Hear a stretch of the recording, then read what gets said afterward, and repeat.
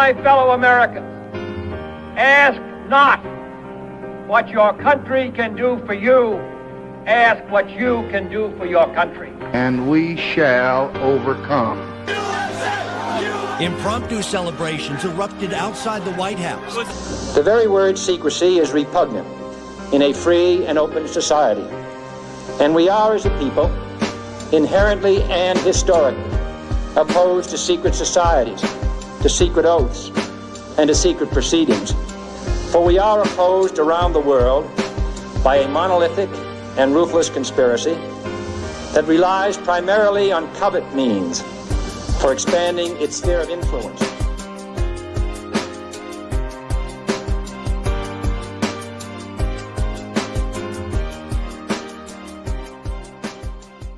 Bud Crawford is a fight fan, and he's a fight fan's fighter. The Ennis Express is a runaway train! Ain't no pressure when you built for this. Man down! Round one! The truth hurts! Ladies and gentlemen, presenting the undefeated super flyweight from San Antonio, Texas, Jesse Bam Rodriguez!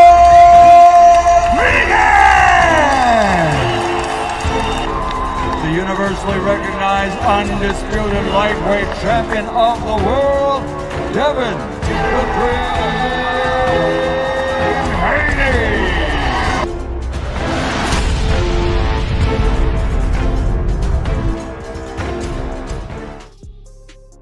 Yo, what's up? Another episode of Rockin with Rightside. Man, tonight I got a special guest. As always, I think all my guests are special, but this is my OG right here. One of the individuals with one of the most extensive shoe collections that I've ever spoke to, but also an individual who got a ton of boxing knowledge, a ton of life experience, and we looking to learn about all of it tonight. You know what I'm saying? Some people call him the OG with the kicks. That's what they call him because of that extensive shoe collection. CDK, man. And this is my OG right here. Shout out to the great brother CDK in the building. CDK, salute, man. How you feeling? Man, I'm feeling good, bro. I'm blessed and highly favored. How you feeling? Man, I can't complain. Man, nobody don't want to hear it anyway. So I'm feeling good myself, man. I'm excited, and I hope you're excited as well. Definitely. I'm ready. I've been prepared. We supposed to have done this a few weeks ago, but circumstances didn't allow us to do it, but we're here now. Hey, God is the ultimate planner, and things happen when it's supposed to happen. That's how I look at it. So I ain't got no problem with it. Man, I want to jump directly into this thing, man, because we always got to start with your background. You understand what I'm saying? So growing up, your childhood. First things first, if you don't mind me asking, and I'm gonna just take a guess. If I'm out of order, call me out of order. But I'm gonna say you grew up in the late 70s, early 80s. That was around the time frame that you were coming up? Yeah, definitely. Okay. So as a child, what did your family structure look like? Did you have your mom and your dad, just your mom, just your dad? Did you grow up with your grandparents? You know what I'm saying? Was it you and all your cousins? Like, what was your family dynamic like growing up? Well, I grew up with my mom. Now, my dad, you know what I'm saying, he was around, he was in and out, but he was in the area. But I also grew up with my grandmother. My granddad died when I was 3 years old. I'm the only grandchild. I'm the oldest grandchild. So I'm the only grandchild that my granddad got to see. My cousin Misha was born like 10 days after my granddad passed. So I grew up in with a structured family, nice family, big family. We stuck together. I grew up, I was born in Chicago, but I moved to Tennessee as a child, as a baby, you know what I'm saying? That's where my dad's from. So, a lot of my family resides in Chicago, but I grew up in Tennessee. So, you know what I'm saying? That's where my childhood started at. Okay, so now and I want to ask this question, before we get to growing up in Tennessee, do you still have, I know, like you said, most of your family is in Chicago. Even at that time, did you still have a lot of connections with Chicago? Yeah. I go, I've been back and forth down there. I ain't gonna lie to you. Chicago is not a place where you just go hang out and chill. So, I've been to family reunions down there, but because of some of the things like that I represented, the area that my cousins and stuff live in, I really wasn't able to go over there, or I didn't feel comfortable going over there. So I try to stay away from there, to be honest with you. Is there a certain side that your cousins and things were from Chicago? We hear, and I'm pretty sure it was a little different back then, but we hear about the old blocks, and don't get me the line out here about Chicago street history, but we hear about the different blocks, right? In Chicago, was there a certain one that your family was growing up in? Not saying you, but your cousins and things. Now my cousins, they decided they on basis was like Vice Lords, Blackstones, and my affiliation at the time was Gangster Disciple, both in development. So my cousins, even though we were close, I still didn't feel comfortable being over there, so I tried to stay away from that. Yeah. So okay, GD out here, huh? I ain't mad at it. So before we get into that piece, let me ask this. So coming up in Tennessee, you know what I'm saying? You got your mom, you got your grandmother. Did you grow up with any other siblings? Yeah, I got 2 younger brothers and a younger sister. 4 of us. We all came up together, you know what I'm saying? But like I said, I got a lot of cousins and my family real close. I mean, when I say I got a big family, I got a big family on my mom and dad's side. Now, what part of Tennessee were y'all in? We it's Clarksville, Tennessee. I don't know. You probably wouldn't know where it's at, but let me try to think of something you would know. Fort Campbell Army Base, 101st, is right here located. It's right here. We're like close to 101st, which Fort Campbell is the 3rd largest army base in the United States. Okay. Shout out to you said Fort Cameron? Fort Campbell. Yeah. Campbell, excuse me. I said that right? Fort Campbell. Yeah, Fort Campbell. Okay. So, real quick, did you have any interest we're gonna get to that. Let's stay in order. So if you had to break down, with you having a large family, like you say you have, your brothers, your sisters, your mom, your grandparent, your grandmother, man, what was it like coming up in Tennessee? And correct me if I'm wrong, you said Clarkston, Tennessee? Clarksville, Tennessee, excuse me. So Clarksville, Tennessee, what's it like growing up in Clarksville, Tennessee? As a kid, it was fun. I mean, now I came up, man, there's really a troubled teen. So I stayed in a lot of trouble, but at the same time, like my next door neighbors, like they was the party house. Like I lived 2 blocks from the hood. I didn't live in the hood, but the project was like 2 blocks away. So that's where I hung at all the time. But my next door neighbor, like they partied and they drunk all the time. And as a kid, I would go over there at 12, 13 years old and just hang out and, man, drinking with them. And they like letting me go home, sleeping on the couch, sleeping off until I could, was sober. Like, man, we partied. That was the lifestyle. So what kind of student was CDK in elementary school? Well, the thing with me is crazy. Like, people could never understand it. Like, I was a troubled teenager, but I was very intelligent in school. I was an A and B student. All right. So, did you play sports? Did you come up playing sports? Yeah, I played football, wrestled, ran track. I was all state in all 3 of them. Amazing. All right, and I boxed. Hold on. So you played football, wrestled, ran track, and boxed? Yeah. A 4-sport athlete. I ain't mad at you. I was gonna ask you about how you got. Well, I asked still because it ain't common that, especially today, a lot of kids come up boxing, right? So with you coming up boxing, how did you get into boxing? Well, I was getting in a lot of trouble. So we had moved to Detroit, and my mom felt like if I stayed in Detroit, I was gonna end up going to prison, or getting killed at a young age. So she sent me back home to live with my aunt. Now my aunt and uncle, my uncle was in the army, and out there on Fort Campbell Army Base, they had a boxing program. So my uncle took me out there and put me in the boxing program. Okay, real quick, man. Shout out to my brother D Free in the building. Shout out to Prize in the building, man. Salute to y'all. Salute. So All right, I want to take it back real quick. I want to take it back still before we get to, because we got to go through elementary school, middle school, and high school. So in elementary school, how would you describe your experience coming up in elementary school alone? Let me see. I went to 3 different elementary schools: Norman Smith, Barksdale, and Moore. Now the reason I kept going from school to school is because I did get in a little trouble in school in elementary. I ended up punching a teacher in the stomach in the 5th grade. So that was a problem. I got into it with the teacher. The teacher grabbed my arm, teacher in the stomach. I ended up going to the boys' home behind that.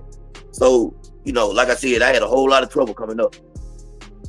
So when you go, you get pushed, or they kind of, I ain't gonna say ship you, but you get put into the boys' home, right? After a situation that happens where you put hands on the teacher. What was the boys' home like? They sent me to Tennessee Preparatory School, which is TPS, and it was more like almost like a college campus, because you had women there and you had you had boys and girls there. We all went to school together. You was able to play sports there. So it was more like that structure. It wasn't the type of boys home that you would think of. It was more like being on a campus at the time. First time I ever went to the boys home. It was like a campus. So it was a good experience. Yeah, it was. I ain't gonna lie, it was a great experience. You know what I'm saying? Because you still was able to learn. You still was able to play sports, and they had a real great sports program. And I had a cousin there with me. She was like the #1 ranked high school basketball player in Tennessee at the time at TPS, and she passed away on the basketball court. She had an enlarged heart and didn't know it. Man, that's crazy. Yeah. R.I.P. to her. R.I.P. And did that happen when y'all were in school together? I had left. They had let me out. I went home, and she was still there. And they had interviewed her. They had all on the news talking, what school she was gonna go to, and she had signed to go to Tennessee. You know what I'm saying? In her senior year. And her name was Yolanda Kelly, and she passed away on the basketball court. Man, I'm sorry to hear that. That's crazy. That's crazy. Yeah. Okay, so first off, did that affect you? With y'all kind of being the two who were at that school together for the time being that y'all were there, how did that affect you with her passing away, especially on the basketball court? Because I've heard, me personally, I've seen people pass away on the football field, in possibly others. I don't know if I've ever seen anybody pass on the basketball court. I'm not sure if I've ever seen that. So how did that affect you? It affected me a lot because me and her were close. She was older than me, but she was my big cousin. And when I came to TPS, you know what I'm saying, she took me under her wing, and she was always looking out for me. So we had got really close. So it played a major role in my life, being young and seeing that happen. Because when back then, it was like, it's like it was rare for somebody to be young and pass away. You really didn't see that back then. Right. So, and the other thing with, both of y'all kind of being away from home, but y'all having each other to lean on each other. And like you said, she taking you under her wing, trying to show you how to maneuver through a situation that you're kind of new to. Man, that's crazy. That's crazy that she passed away. And how old was she at the time? She had to be 17. She was like 17. Oh, so she was right there on the cusp of getting. Yeah. She had signed with Tennessee. She was a senior. Man, that's when I believe that's when what's her name had just made. It may not have happened yet. I don't know what, but it had to be around the time. What's my girl name from Tennessee, man? Pat. When Pat was coaching in Tennessee, was that going to be her coach? I think Pat Summitt would have been her coach. I think it was around that same time. Yeah, I believe it. That sounds like the time frame when Pat really got started at Tennessee. Man, that's crazy. That's crazy work. So moving forward, when you after you spend your time at TPS, then where do you go from there? You end up, well, first off, why didn't you stay there? What happened for you not to stay there? I got out on good behavior. So basically, they let me out of there. Yeah, they let me out of there for good behavior. They said, I was doing what I was supposed to do. So, I went back to court. The judge decided he was going to go ahead and let me come home. So that was the situation. Okay. So you come back home. You go back to Clarksville. Yeah. Okay, you go back. How old are you at this time? I'm like 14. I'm 14. Okay. So you come back, and are you still looking to play sports, or what's exactly the mindset when you come back home? Yeah, when I got back home, I jumped right back into sports. I started, back boxing in middle school, and then I was also playing back then. Now they got where the middle schools actually have football teams. So back then we had, Mighty Mites, Pee Wee, and midget. So I was playing, for the midget football team, the Cowboys, and that's what I was doing then. I stuck with sports. Sports has always been a part of my life. Hey man, shout out to the Cowboys, man. Shout out to the Cowboys. I hope y'all were doing y'all thing and representing correctly out there. Man, we was undefeated like 3 years in a row. We had the whole hood. Y'all was showing up, putting hands on folks out there, huh? Oh yeah, man. We were beating people 50 and 60 to none. So what position did you play? I played tailback and I played free safety. Okay, you playing both? Well, everybody play both ways when you that young. Everybody play both ways. So, yeah. Okay, so all this is kind of playing out. Then, what was the first time where trouble when outside of you didn't go or having to go to TPS? When did gang life really start? Because I know you spoke on being a gangster disciple. When did that really become a part of CDK? Well, really, when I was 17 years old.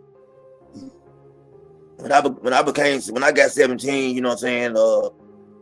I had my cousins and whatever. I had a few cousins. They brought me in, and back then, they come in different now.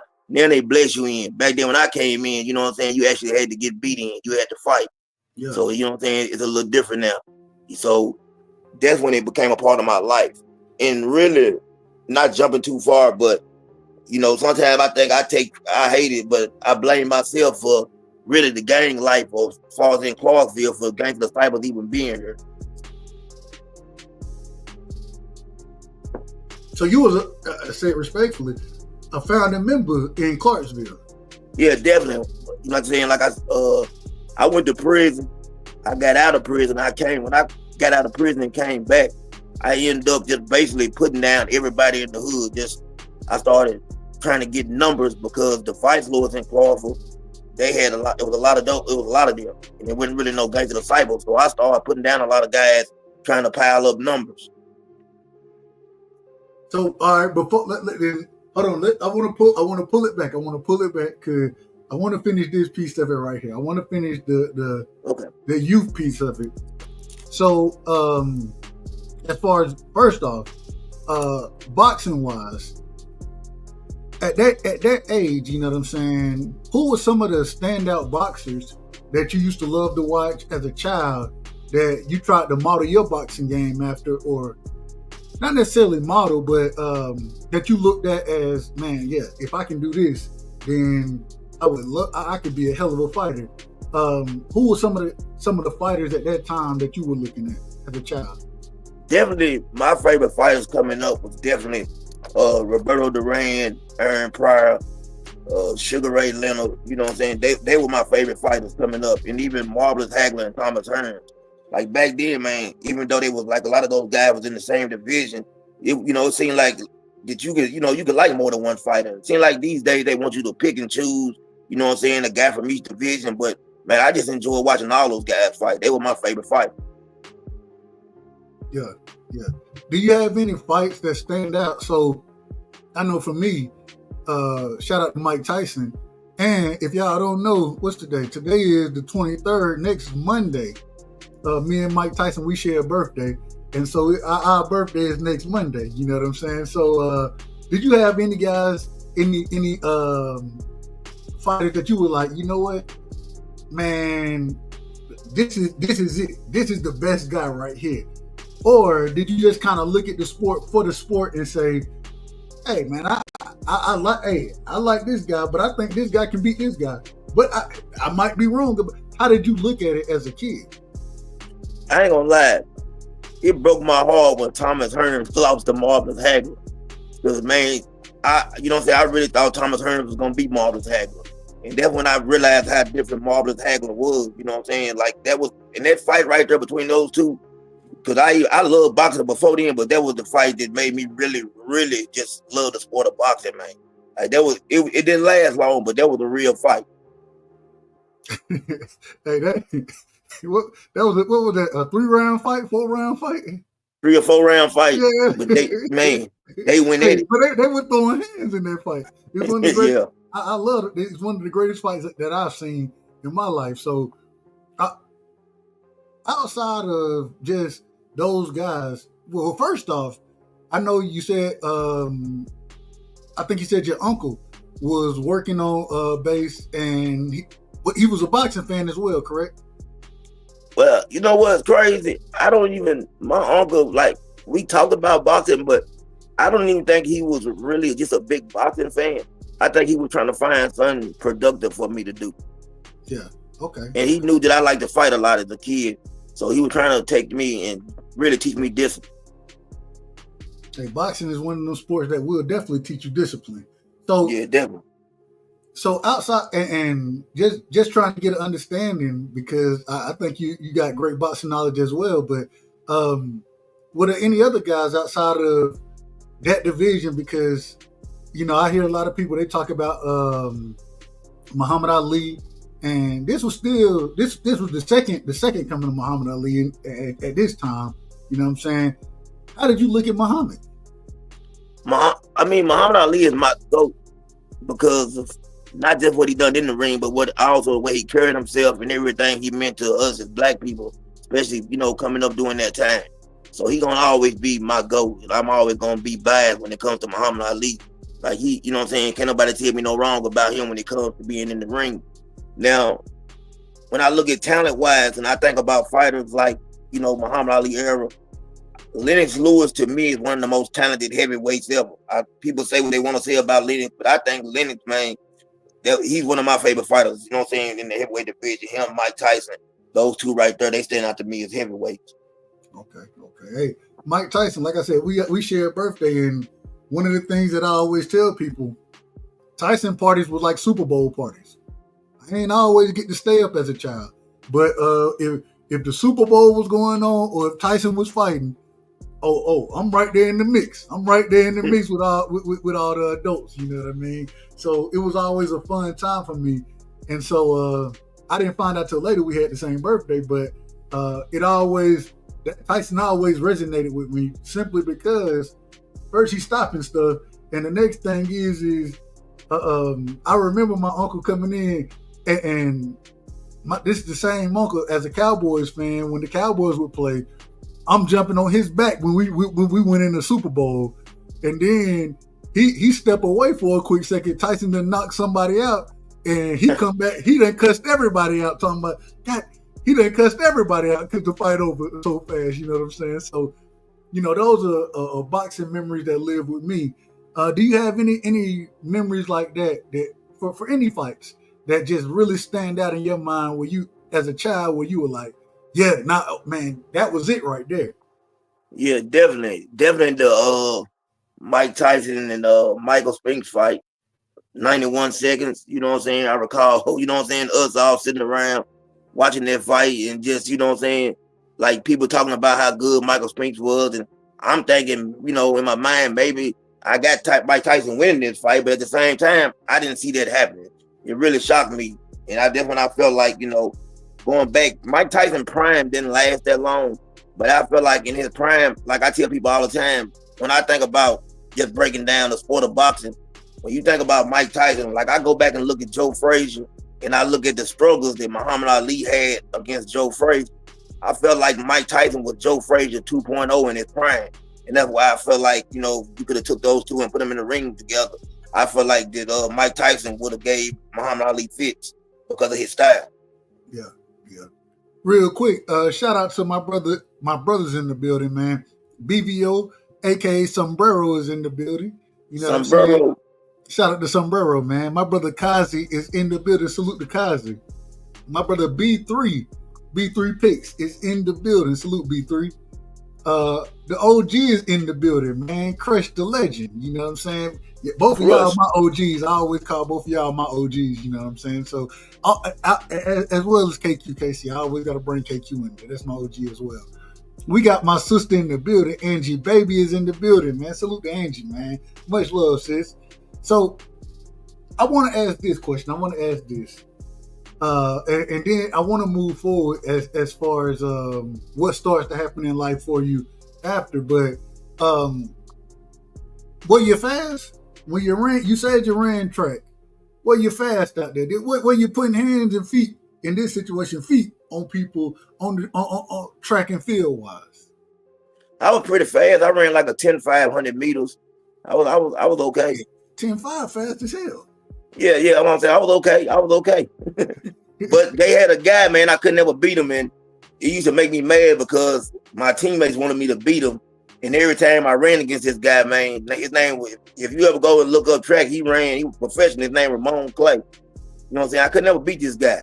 It was him, a few more guys, man, but they used to call him, there go your daddy on the track. No, they didn't say that. They didn't say it. Yeah, man. Hey, you already know that make you mad. Yeah. Because they wanted me to beat him. And I couldn't beat him, man. They used to say, there go your daddy. I ain't mad. Okay, so let me ask this. So now getting into your high school days, and you come, well, first off, how did you get in trouble? You know what I'm saying? What started you in trouble?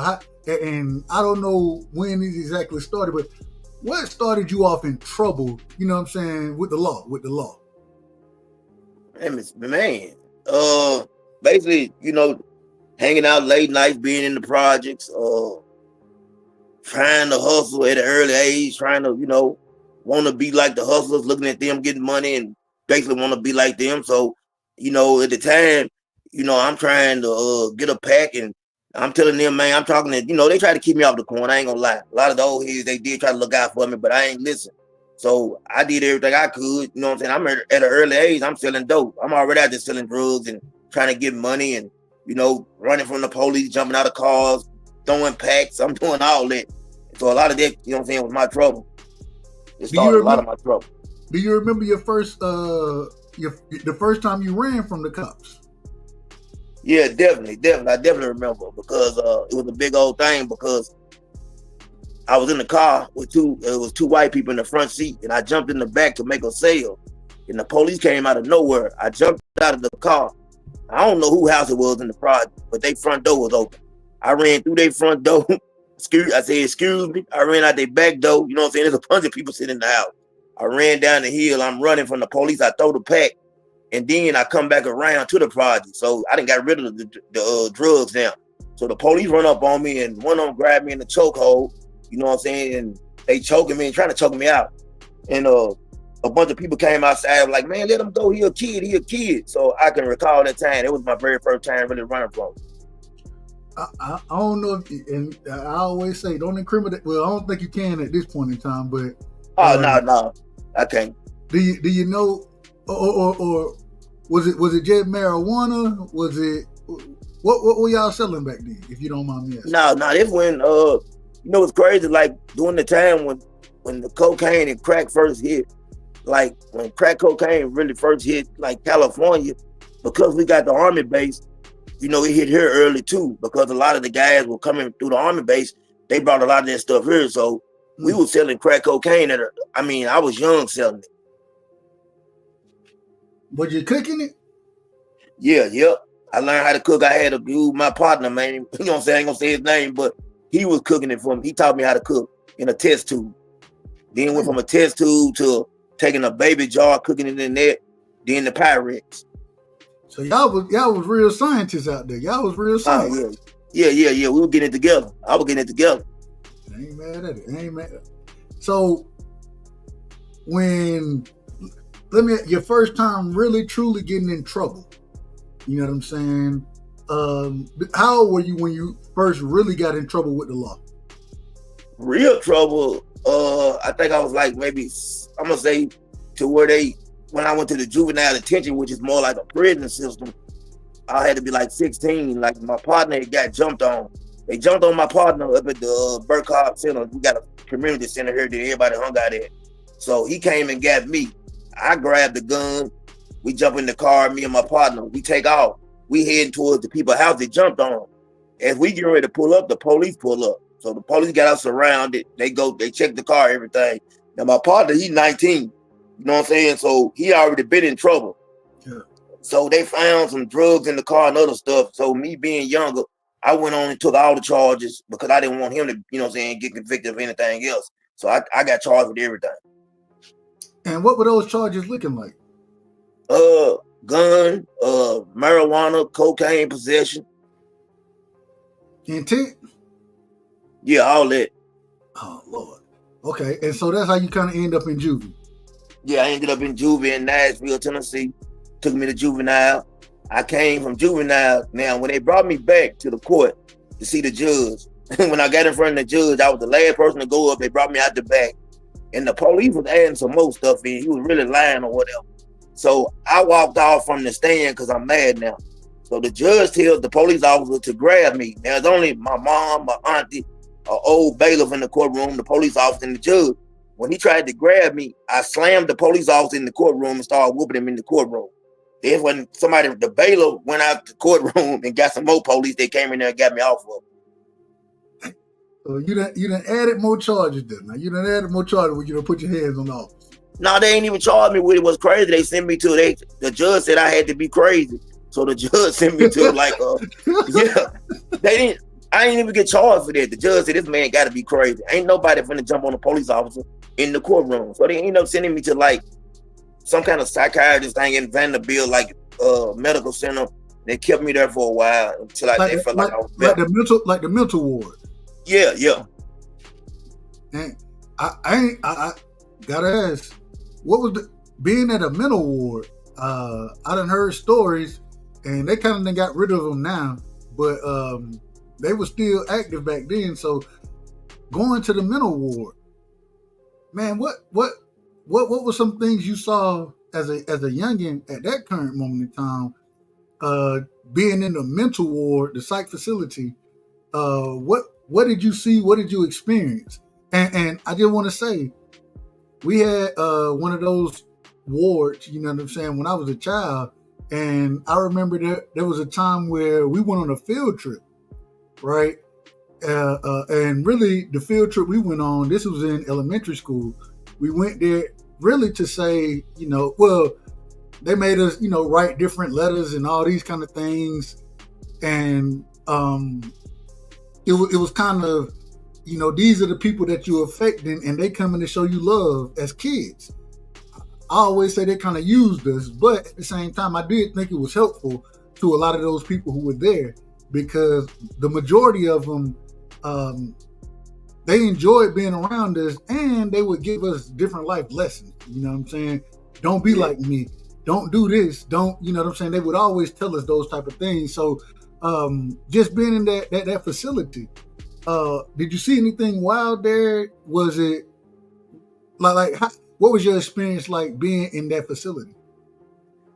To be honest, because it was more like for teenagers at this facility, it wasn't that bad. Like they had to, the rules are a little different. Now I know adults that have been to those places, and I think the reason they got rid of those places because a lot of people said they was really inhumane the way they treated people. And I had an uncle that used to go back and forth to those places, and he used to tell me like how bad it was for them shooting people up with Thorazine and keeping people real drugged up. But here at the teenager, it was more or less like we went to class. They wanted to sit down with you, talk about anger management and stuff like that. They were basically trying to work on stuff with you to make you better. It wasn't that bad. Okay. First off, with you being as old, do you feel like at that age you were angry kid? Do you feel that way? Yeah, I definitely was an angry kid. I done a lot of times, man, I was always looking for a fight. I would start fights. I would, look for people to jump on, try to, I was always trying. I was really a bully. Okay. Interesting. That is very interesting, and I think we're gonna talk more about this later on. But before we move on to your next part of life, after when you got out of the facility, where did you go next? What happened next in life after you got out of that facility? I went back for my senior year of high school, so I was able to make it back for that. I was playing football, you know what I'm saying? I had a great season. I ended up rushing for like 1,600 yards, about 22 touchdowns. Damn, hold on, you said 22? Yeah, I had a great, like I said, I had a great. You was out there. I was out there. I was a monster on the football field. I allowed the streets to dictate who I became. I went back to boxing. I went back to wrestling, running track. I done everything. Everything was going great. And when I was 18, I was planning on turning pro, but then I ended up getting shot 3 times, and my cousin got killed, and it changed everything.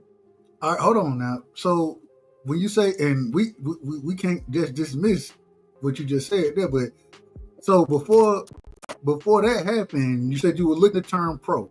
Were you looking to turn pro in football? No, boxing. In boxing, okay. Yeah.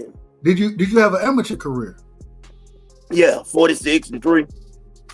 Okay, 46-3 in amateurs. I ain't mad at that shit. That's decent. That's decent. That's really good. I ain't lying to you. Man, that's crazy. So, looking to turn pro in boxing, and then a situation happens, right? Yeah.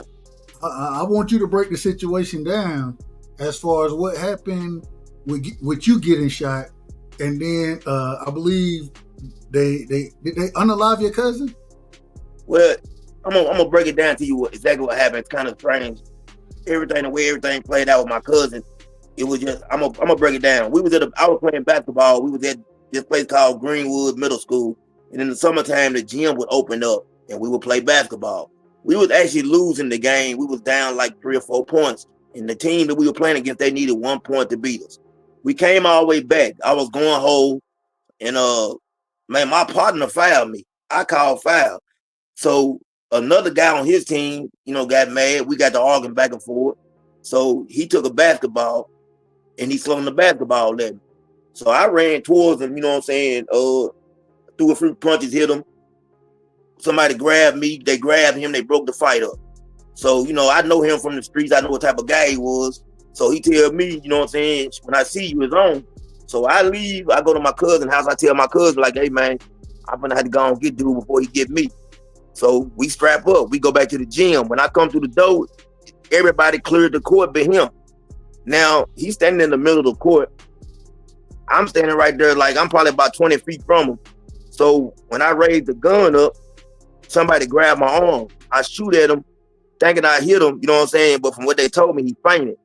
Now, luckily, I ain't do what I wanted to do because I'm still be in prison right now. I was gonna go stand on top of him and make sure that he was gone. But like I said, everybody was holding me and pushing me out the door. So I ended up taking off, getting in the car and leaving. I went and hollered at my other cousin, and my uncle was telling us like, hey man, don't y'all go out tonight. Dude gonna be looking for you. Stay out the way, get this and that. And my cousin like, man, we ain't scared of nobody. We don't go where we want to go. So we went to this little bar. One way in, one way out. So we standing in there, and my partner come in and say, hey man, dude outside, here he come in here. So as I'm trying to get my gun out, my gun and jammed up on him. Real quick, how old are you now? How old are you at this time? I'm 18. Okay, 18. So you, okay. Yeah. All right, go ahead. Your gun. Yeah, so my gun jammed up. Yeah, jam up on me. So when he walked past me, he's looking at me. I'm still trying to get it unjammed, but he ain't even paying attention to that. But when he turned around, y'all like, what's up now, young nigga? And he just started shooting. As he's shooting, I get hit twice in the club. I go down to one knee. I tell my cousin, he's standing beside me. Everybody running. I say, I'm hit. My cousin tell me, get up and run. He said, run. So I run out the door, man. Like, it's a busy highway, but I know God was with me because when no cars coming. So as I'm running out the door, there's 2 people outside. 2 of his partners are with him. Some kind of way, I'm able to get past them, but they shooting at me going across the highway. I get hit in the leg going across the highway, but I keep running. As I run behind this building, I jump up under this car. I'm already out of breath, I'm bleeding, I'm thinking like, man, I hear a car coming, I'm like, man, I'm dead, they got me. Then I hear somebody call my name, my partner, his name, we call him Big Daddy. Big Daddy about 6'5", probably about 450. I hear him calling my name. So I hold holler out. on, wait a minute. 6'5", 450? Oh yeah, for real. That's a big motherfucker. Hey, shout out to Big Daddy. Yeah, Big Daddy, big dude, man, big dude. Hey man, big dude. So Big Daddy picked me up, put me in the cars, him and two more of my partners. They rushed me to the hospital. Now, I don't even know that anything happened to my cousin, but I'm in the back and the doctor, you know what I'm saying? After I come out of surgery, the doctor tells me, he said, man, you should be happy. You blessed. You got shot 3 times and lived. Somebody else got shot once and died.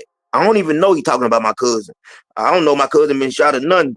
So some girls come into the room and they highlight, you know, Terrence dead. I said, what? They said, Terrence got killed after you left. So his situation didn't really have nothing to do with mine. Some dudes had a contract on my cousin head, man, because prior weeks to that, my cousin them robbed somebody. The dude ended up getting killed and dying.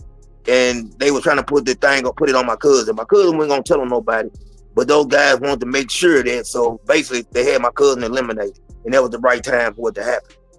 Man, that's crazy. Now, how much older was your cousin than you? My cousin was 2 years older than me. Okay. Now, getting hit and you got hit 3 times or 2? 3 or 2? 3. Okay, so you got hit 3 times. You survived it. Yeah. Did that? First things first. You know, I know you gotta deal with the fact that your cousin is gone. You're coming out of surgery. You know what I'm saying? What mentally, like, I'm gonna use my Carmelo Anthony voice. Mentally, where were you at with that, champ? Where were you at with that piece of it, as far as understanding that we done been in this together? You know what I'm saying? This is my big cousin. Now he gone. I done been hit. You know what I'm saying? They was trying to get me out of here. I would figure revenge had to be on your mind. Yeah, definitely revenge was the first thing. But no, I ain't gonna say it was the first thing. The first thing that went through my mind was I was blaming myself, because I felt like had I listened to my uncle, or had I not, you know, done what I done, my cousin wouldn't have been in that situation. So I started blaming myself for my cousin's death. You know what I'm saying? I deal with that for years. I mean, you know what I'm saying? A lot of the stuff I've been through or end up doing in life is because a lot of times I blame myself for, you know, my cousin passing away. How did that change you, in your opinion?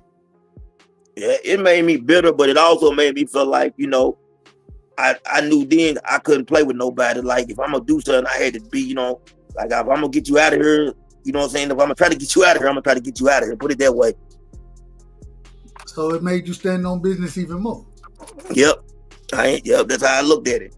And, you know, going from that situation to, you know, that family that I was into it with, they was known gangsters. My uncles, they gangsters. So I remember being in the car with my uncle. This like 5 days after I got shot, we pulled up on dude family, and I remember my uncle telling dude family, if y'all want war, we can go to war. However y'all want to do this. And a few things were said, and we pulled on off. But, and correct me if I'm wrong, when Unc said it, you was like, "You damn, that's what we about. We about all of that right now. We want the smoke." There was a lot of more stuff that transpired after that I can't really talk about, but a lot of stuff did take place after that. You know what I'm saying? But shout out to dude, you know what I'm saying? And what's crazy, you know, dude, he a preacher now. Okay. You know what I'm saying? Shout out the dude to that him. Shout out to him, the dude I was into it with. You know what I'm saying? He a preacher now, and he one of the dudes that really, when I was going through some of my toughest times, he one of the people that came to my aid. So y'all were able to, even though it happened at a young age, later on in life, y'all was able to squash the beef and more or less be there for each other. Yeah, definitely, man. Like, he's somebody I can call right now. You know what I'm saying? Without a doubt, I can call him anytime. He can call me anytime. Like, everything we went through in life, and I've done a whole lot more stuff between that time. But me and him end up getting cool because of my guy Fat Tony, rest in peace. It was a guy that I used to hustle with, and him and Fat Tony was close friends. And this was years later, you know what I'm saying? But I had been to prison and all that, come home, and he came over Fat Tony's house one night, and we was all going to the same club. So the club was number like maybe 100 yards from the hood. Like it was a hood club where everybody go there, the whole strip be packed. We used to call it Baby Crenshaw. And I'm finna walk up there, and he was like, man, Fat Tony was like, man, you don't want to ride with us? I'm like, man, I ain't getting in the car with dude. You know what I'm saying? I'm saying to myself, like, I ain't finna get in the car with this man. I don't know what he on. He don't know what I'm on. But then he was like, man, you know, come on, man. You know what I'm saying? You can ride up there with us if you want to ride.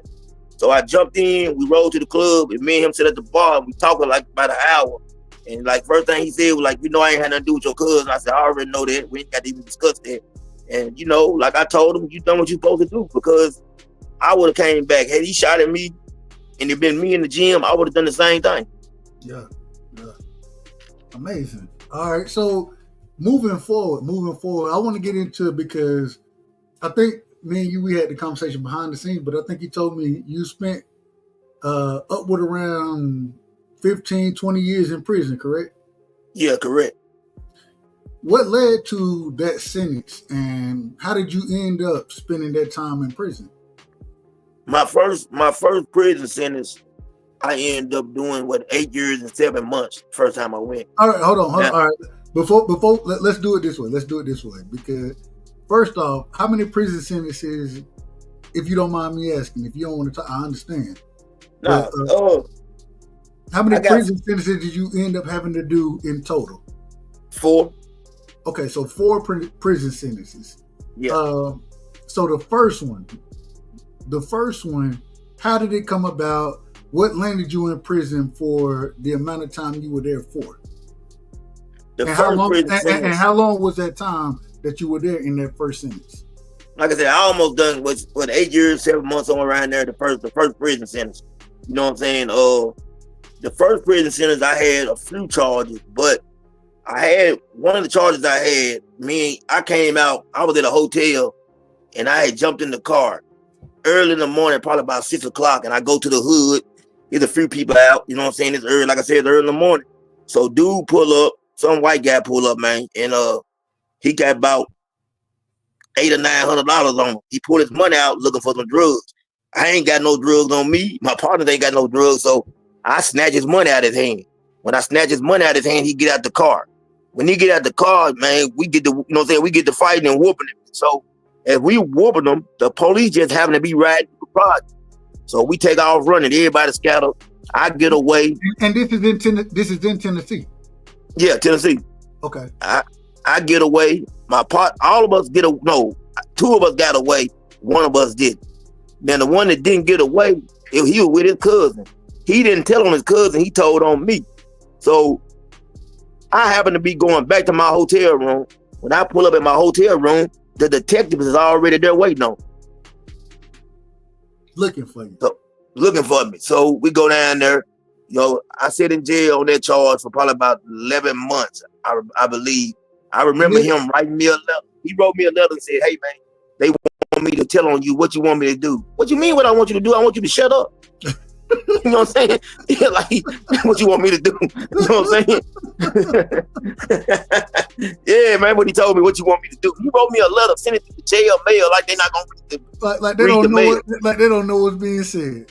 Yeah, I ain't even respond back, but I'm just saying to myself, like, I want you to shut up. You know what I'm saying? So I don't say nothing, but just so happened, I had a good lawyer, and dude lied about why he was in the projects. He told the police he was over there picking up somebody from work. Man, my lawyer got to investigate and all that, and come to find out he was lying because he didn't even work for the company he said he worked for no more. So they ended up offering me 5-year probation. Now, this jail down here in Tennessee, I'm gonna say it's one of the worst jails I ever been to.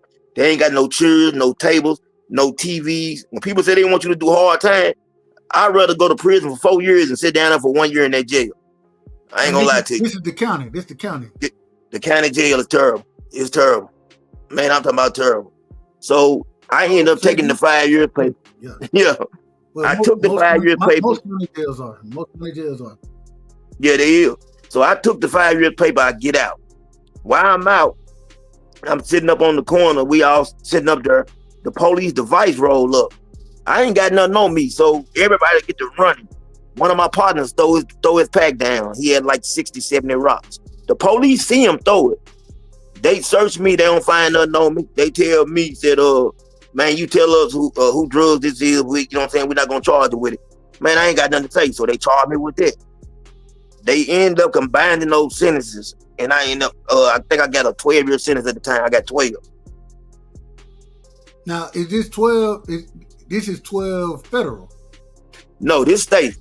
Okay, this is 12 state. Excuse me, 12 state. Okay, so they ran it. They ran the charges concurrent, not consecutive. Consecutive means that you had to do each sentence. You know what I'm saying? Like back to back. They ended up running them together, but they still gave me 12. But they was running together under one sentence. So how many? When off of that, I'm guessing you had to, because like you just said, they ran it concurrent. You had to at least get 12 for that piece of it, right? Yeah. The 12 was the major. You know, I had to get the 12. But the thing was, I could have been out. Like, I wasn't supposed to do no 8 years on a 12-year sentence. I only had 12 at 30, which is actually like 3 years. But, you know, when you're in there and you're in the gang and you get in all kind of trouble, you fighting and all kind of trouble, I ended up doing probably five more years than I should have done. Okay, so break it, and for somebody like myself, I ain't never spent any real hard time in jail. I done been to jail. The longest I done been in jail 3 days one time. As long as I've ever, I hope that's the longest I ever be in jail. That ain't the place for me personally. What was it like? You know what I'm saying? So you get sentenced to this. Say it again. How many years? You get sentenced to 12, do 8? Yeah, I got sentenced to 12 years to 30%. Okay. So what was it like when you first get there? What was that experience like? And at this time, what are you? You're probably 20 at this time, right? Yeah.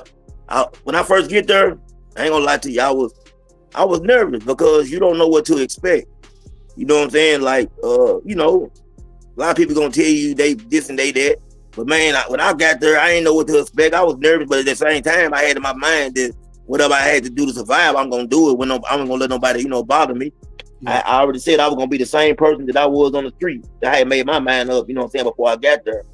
But just so happened as I'm getting, because you got to go to classification first before you even get to the regular prison. Classification is where they take you through. They run tests on you. They do blood work. You know, you'll be there for like 3 months. You know what I'm saying? They do everything they got to do right there. So they done all that. You know what I'm saying? My mom sent me they sent me a TV, sent me shoes and Walkman, stuff I could have in there. Because when you get to prison, it's a whole different situation. And they actually got a store that's like Kroger. You know what I'm saying? It's a whole different ball game now. So I'm getting adjusted. After 3 months, they sent me to South Central Correctional Facility, which this is in Tennessee. It's actually a prison in Tennessee called South Central Correctional Facility. They send me there. So when I get there and I get off the bus, you know what I'm saying?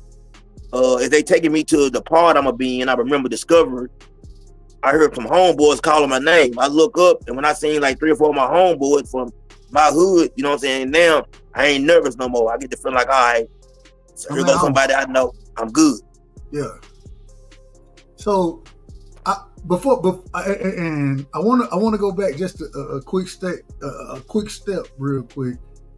So before all of that is happening, you know, you have court time, you're still in the county, that type of thing. What was life like in the county for you? How did it all play out just in the county before you got moved, you know what I'm saying, to a state holding situation? And the second question, what was the level? Was this a max security? Was it mid-level? Was it low? Like, what was the level that you were being held at? Now, if you get, well, the one thing about it, if you get a violent crime charge, nowadays you're gonna start on medium. You'll probably be a high medium, which I was a high medium. Like my point level was 14. In order to be a minimum, you have to be like a 6 and below. And then you got minimum direct. You got minimum restrict and minimum direct. Minimum direct is 2 points and below, meaning that you can go outside and work outside the prison and all that. So I came through the door, I was 14 points. I was a medium high. And as far as like, yeah, go ahead. I was gonna say, so what was the first difference you noticed from being held in the county versus the state? What was the first difference you noticed? Oh, the freedom level. As far as jail, we didn't go outside. There ain't no yard, no school. Like I said, no TV, none of that. Now, you got your TV in your room. You able to go to the child hall. You able to go work out. They got volleyball teams. They got basketball teams. They got softball. They got leagues in prison. There was so much more to do in prison. Like, there's a whole lot to do in prison. I hate to say it, but that's why a lot of times these guys, they get out of prison, don't mind going back because basically just at a camp. So when you got there, you see your people there, you know what I'm saying? Not knowing if you're going to be living in the same dorm as them, that type of thing. But you got people there. You got people there. Did that give you some type of confidence and say, okay, well, at least I got fam here. I got people I know. I can make it through this because I ain't gonna lie to you. And correct me if I'm wrong. I believe this is a 9-year sentence. 12-year sentence. Excuse me. So 12 but you got at least 30% of that time, at least, and you could kind of figure your way out. You know what I'm saying? So if you get 12, you may end up doing 3 to 4, right? So was the mindset? Hey, okay, let me just go ahead, bite down, get these years out the way, and then move forward? Or when you got in there, was it, no, I'm still a dog out here, and you're not gonna try me? What was the mentality like going in? Well, like I said, since I did see some of my homeboys, and they knew what I was. The first thing they did was like, "Hey, man, we're gonna take you to, we're gonna some of your folks over here." Meaning, GD, Growth and Development, Gangs Disciple, whatever you want to call them. So they take me to them and introduce me to them. Once they introduce me to them and they do the screen, they scream me and all that and see that I'm proper or whatever. Then now I'm not really running with my homeboys. I'm really running with, the folks or whatever. So once I get to running with them, there's all type of stuff going on. That's where that time, little time, turn into big time because, however they move, I got to move. Yeah. We all got to move as one. One. So let me ask this. I want to ask this question. And these questions going to come. They're going to sound crazy, but this from somebody who don't know. So you hear about certain roles that individuals, when they do get to prison and they get with, because I've seen multiple times where, like you said, when you go through classification, they're going to try to put you with individual of the same ilk. They don't want you dealing with, just theoretically speaking, they don't want you dealing with the Bloods. You know what I'm saying? If you GD, then they're going to more or less put you around those same individuals so they ain't smoke like that. You know what I'm saying? To cut down on the smoke. Was that how this was for you? No, not really, because in prison, like you got, like, I would say that in Tennessee at the time, Gangs of Disciples were part of the largest organization that it was in prison. Then you had the Crips, 5 dudes, Trey 5-7, Kitchen, which were all different sets of Crips. Then you had blood gangs. There were smaller gangs like maybe Pyru. You had a few different sets of blood, but they had us all in the pod together. It would just be that we would always outnumber everybody. Like, and we had a thing where if you go to the shower, you don't go to the shower by yourself. Your brother got to walk you to the shower. Like, and then when you go to the shower, you got to have your boots on and your shower shoes in your hand. Once you go inside the shower, your brother going to stand outside the door. He's going to be on point. Okay, so y'all were looking out for each other. Yeah, at all time. So, what was some of the, I don't know if you could talk about it, but what were some of the things when you say, well, it went from what should have been a 3-4 year deal to something longer, you know what I'm saying, because of what we were getting into? What were some of those things that y'all were getting into? Well, one thing about prison, there's more drugs in prison than it is on the streets. I'm telling you. Man, it sounds crazy, but we was like, we were moving like Hold on. You said there's more drugs? You said there's more drugs in the prison than there is on the streets? Hypothetically, if you were just to be in one area, yeah, definitely. If you just put it in one area like a hood, there's probably more drugs in most prisons than there is in certain hoods. Like there wasn't nothing we didn't have. We had heroin, we had marijuana, weed, you know what I'm saying? We had cocaine, you know what I'm saying? It wasn't nothing that we wasn't selling in there. Amazing. Okay, and that's how we my fault, that's how we ran the store though. Like we had stores where we had, we would take proceeds, we would run a store, we had a box, you know what I'm saying? Like, so if any brother came to prison, like when you got there, you didn't have to ask nobody for nothing, you know what I'm saying? If you one of us, if you GD, we automatically gonna give you a care package to make sure that you good when you get there. You ain't asking nobody for nothing. Mm-hmm. Okay, so you got, real quick, I gotta ask, so when you got there, what was included in your care package? Well, food, you know what I'm saying? Cigarettes, soap, deodorant, everything you need. And if you want, like, hey, you want some weed, whatever, they're gonna include that too. Now, as far as hard drugs, that was one of our laws was we weren't able to consume or inject any kind of drugs that was addictive. So, anything that was addictive, we couldn't mess with that. You could sell it, but you couldn't deal with it. Right. Okay. Well, we don't need no crackheads around us. Respect. Yeah, they don't play that. They catch you doing that, it's automatic. You either gonna get 6 minutes, no cover up, or they might just go on and smash you out. But, all right, so you get there, you know what I'm saying? You kind of get your foot in there, you know what I'm saying? You done got your care package, those type of things. On a daily basis, what did life look like being there? Getting up in the morning time, I was in a drug program, so I would get up, go to class, come out of class, go to the yard, go out to the yard, lift weights, come back, you know what I'm saying, use, shower, sit down, play cards, you know what I'm saying, just chill, whatever, get with some of the brothers, you know what I'm saying, see what they talking about. That was most of what we did. Sit in the room sometime with my homeboys, listening to music, reminiscing about the streets, talking on the phone. Was it tough? Or did it just become second nature?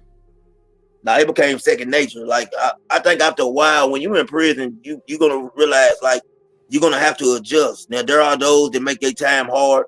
You got those dudes, man, that's calling home every second, trying to worry about a girl, knowing that you got some real time. And listen, most females are not gonna wait on you, and you shouldn't want them to. You know what I'm saying? Like you don't want nobody to stop living their life because you stop living yours. That's how I always looked at it. You know what I'm saying? So I told my baby mama back then, like, listen, go ahead and do what you got to do. Go on with your life. Because you know what I'm saying? I don't want you to stop living your life because of me. You know what I'm saying? And I don't want you lying to me. So it'd be better if you just go ahead and move on. So, and real quick, at this moment in time, how many children did you have at the time? At that time, I had 5. You had 5 children already? Yeah. Okay, so hold on. All right, we got to go back. So when was your first child born? My first child was born when I was 17. Okay, 17. And so, first off, how many children do you have? I had 10 and I got 9 now. Okay. All right. My daughter passed away 3 years ago. She was 23. She was sick. Her. Yeah. Her. Okay, so you got 10 children. At that current moment, you said you had how many you had at that time? At the time, I had 5. You had 5. Okay. So what? And I don't mean I gotta ask though. Not being able to be there for your children on a daily basis, did it cause you heartache, or did you just have to put it in your mind? You know what? I'm not gonna be there, so I can't let this kill me. I did get to see a few of my kids a few times, but the one thing at the time when you're young, you're really not thinking about it. Now, as you get older, you're gonna realize that that's time you can't get back. And when you locked up, that means that another man got to raise your children. Those are things that I didn't think about when I was young. I didn't look at it like that. I was young, I was in there, and along the way, I used to tell myself all the time that everything I was doing was for them, but I really was being selfish because, the money that I was making, even though I did buy them things with it, it wasn't for them, it was for me. It was for my ego to be able to do the things that I wanted to do. So, I didn't know, like I said, it took me a long time to realize that. But once I did, that's what really started making me make change. Was there ever a time while you were locked up that you felt like you were just, I can't deal with it no more, I'm about to break?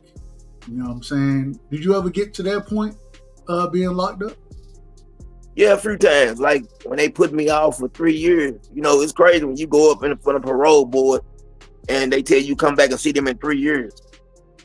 You know what I'm saying? Like that means that I know for a fact I got 3 more years to go before I even got a chance to get out.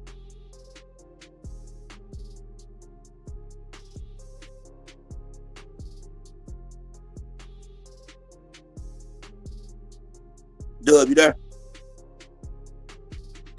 I think Dub jumped off stage. Okay. Did you hear what I said? Yeah. Now I heard what you said. I hit the wrong button. I was about to go back into it, but going into when you having that thought process, understanding, man. All right, I got another 3. Regardless. You know what I'm saying? Especially having parole available. You know what I'm saying? What was the motivation just to keep going? Like, I know plenty of people who I done seen, and this is just at the job where they ain't getting the promotion that they want, and they be like, man, fuck this job, man, I'm done with this job. And I'm thinking, I'm like, oh, bro, wait a minute, you've been working long for 30 years. Just because you didn't get this one don't mean it ain't gonna be other ones available to you. But I can see them break. You know what I'm saying? I can see it. And so just having that understanding, and then you get in front of those people, you got the opportunity, and then they tell you, well, you got another 3 years, man. We'll see you in 3 years. Mentally, how did you deal with it? Man, I ain't gonna lie. I went back to the dorm. Back to the pod. I laid on my bed, really, man, and I shut my door and cried. You know what I'm saying? Because I really was looking forward to going home, and I had my mind made up I was going. You know what I'm saying? But they, at the time I didn't know why they didn't want me to go home. But it came out later on, why and the reason, you know what I'm saying, for me not going, because I thought I had got stuff together and I was doing things right. But when I went up there last time for parole, I was the last person to go in the parole board that last time. It was 20 of us that went up. And for some reason, man, it took 45 minutes for them to call me back. And I was the very last person. So when I got back to her, the woman told me, Mr. Kelly, you've done everything we asked you to do. You haven't been in trouble in this amount of time. We recommend immediate release. But when I went back and talked to the unit manager is something like the warden, but she runs a certain area. And the unit manager, Miss Castile loved me. So, she told me, she said, Carlos, they didn't want to let you go. I said, why? What'd I do? She said, they brought up something about some stuff that happened that took place on the streets. They're saying that you was, a suspect in something that happened and they thought you done it. She said, I had to tell them that you talked to me about it and you said you didn't do it. And she said, I don't even know nothing about it, but I just, I'm going to do whatever I had to do to get you out of here. So they were using things that they didn't necessarily have proof that you did, but they were using that against you at your parole hearing. Yeah. This one I can't speak on. When I was locked up, I had been gone for 3.5 years. 2 detectives came to the prison to see me, and I didn't know what they wanted. So they called me. I'm like, what they want with me? So I go in there, and they said, hey, this dude got stabbed on this date, and they're saying that you the one that done it, and he died. I said, what date? So when they tell me the date, I said, man, that happened a year ago. I've been gone 3.5 years. And then when they got to talking and looking, they're like, oh, we're sorry. We made a mistake, and they left. But that still stayed with the parole board? They had that. They had some more stuff in my file that, you know what I'm saying, that I never was charged with.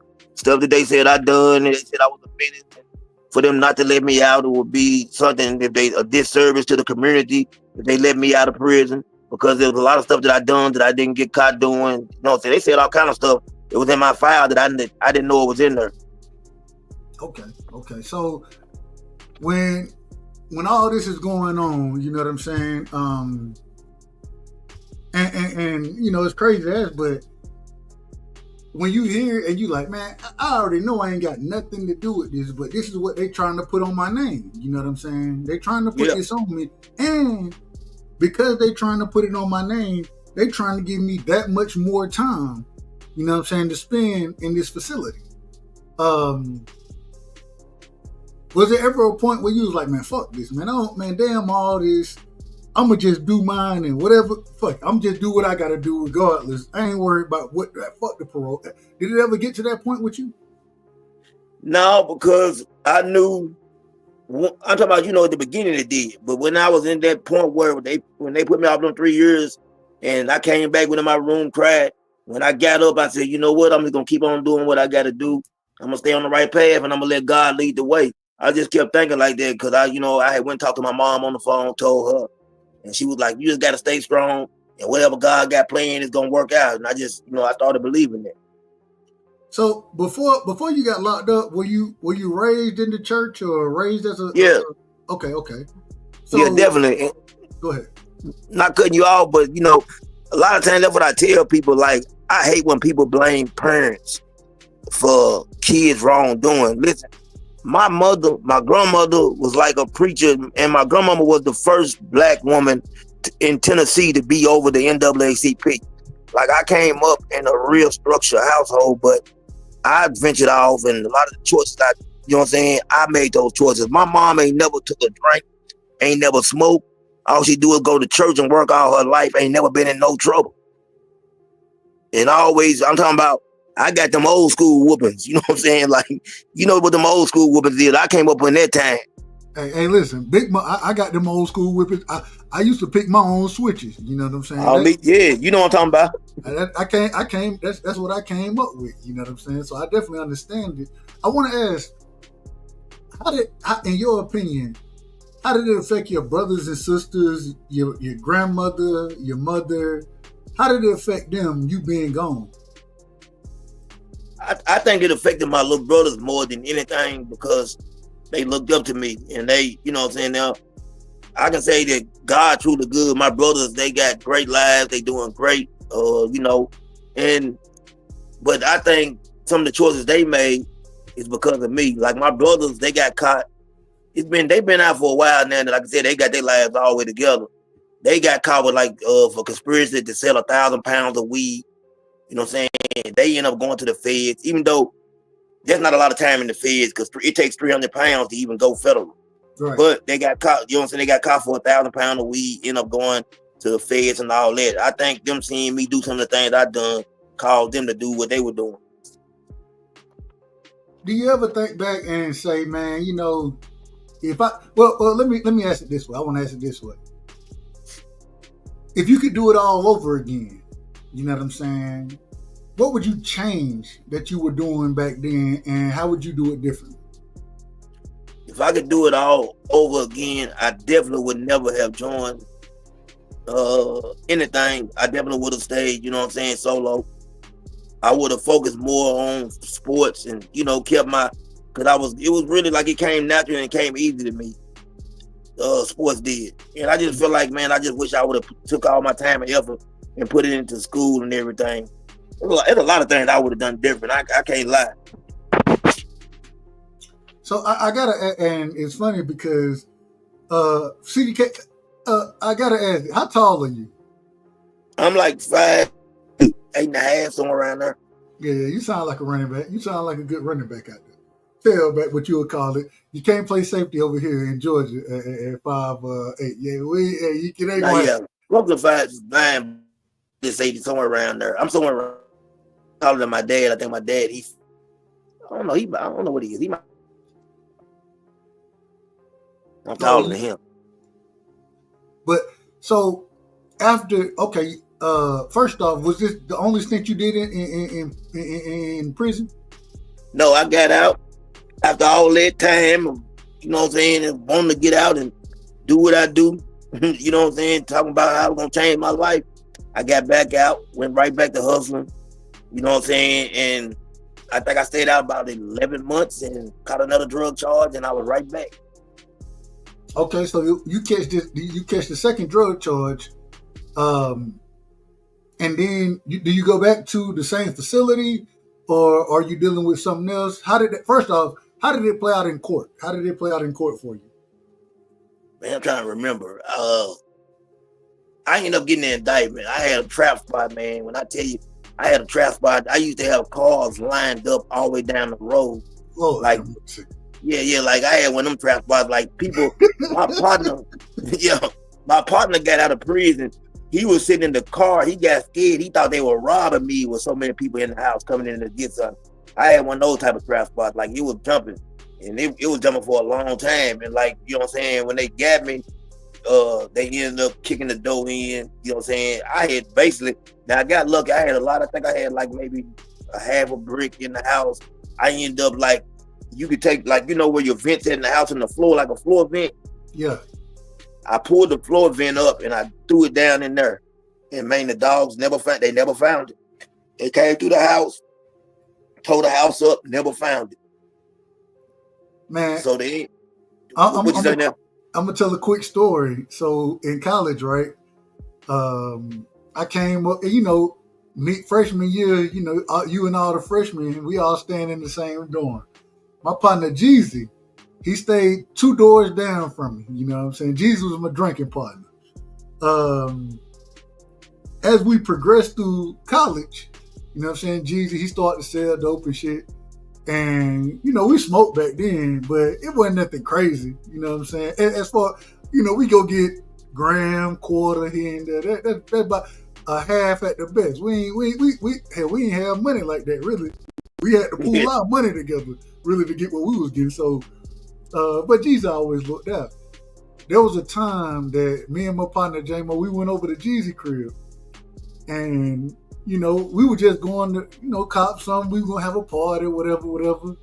And so we get over there, and J-Mo, he said something to me. He said, "Man," and they called me Avo. It's like, bro, you know these niggas? I was like, bro, I don't know none of these niggas. I don't know none of these dudes. I'm talking about local niggas. You know what I'm saying? We in college. We really didn't deal with locals, right? So we get out of there, whatever. You know, I always tell Jeezy, like I said, this probably my junior year now. So, but you know, me and Jeezy, we came up together. So that's my brother right there, regardless. That's my brother.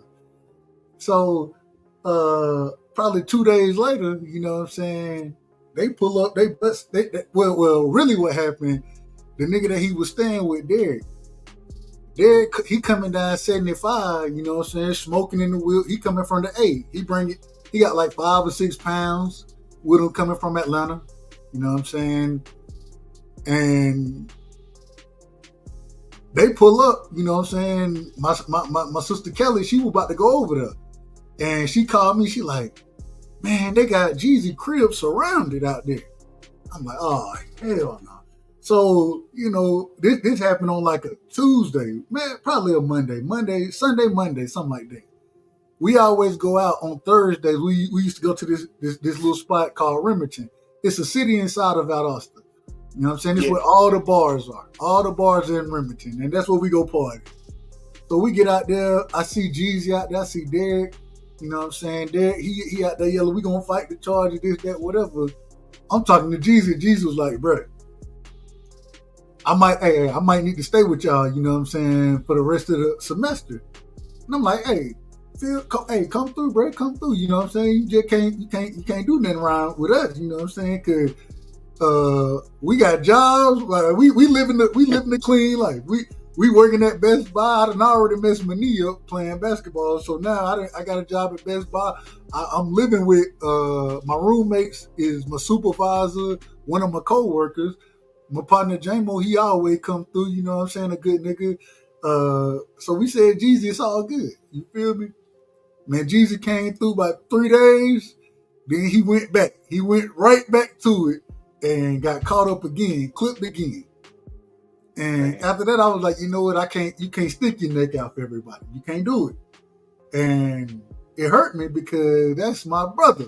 But at the same time, hey, everybody gonna make their own decisions. I say all that to say, did you ever feel like, man, I got some people that probably shouldn't have, that really didn't live like I live, but were friends of mine, you know what I'm saying? Did you ever feel that way? I probably got them caught up in some nonsense. Yeah. I've had people like, even if you got like, I had friends that come around, just childhood friends that I grew up with that was living, saying they didn't live like I live. And I had my partner, he was in my house matter of fact, it's crazy you say that because he was over there when this took place and he didn't do anything. He just happened to pull up to be visiting me to check on me. And they took him to jail. Now they finally, I took all the charges and they, because they didn't really find out but paraphernalia, scale. Like I said, I got rid of the other stuff, but they still tried to charge him with everything in the house that they found. And they found probably like $70,000 in cash, which is stupid to me because you'll never have, I don't know why you would have that type of money where you hustling that. You know what I'm saying? I was just doing something crazy. It didn't make no sense. You know what I'm saying? Even having that type of cash in the house like that.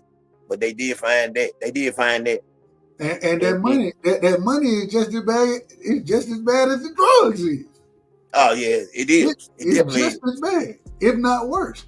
You know what I'm saying? Yeah, it is. But that, just going back to my partner, the crazy thing was, even when they pulled up, they were living, my partner they living in a duplex at the time, right?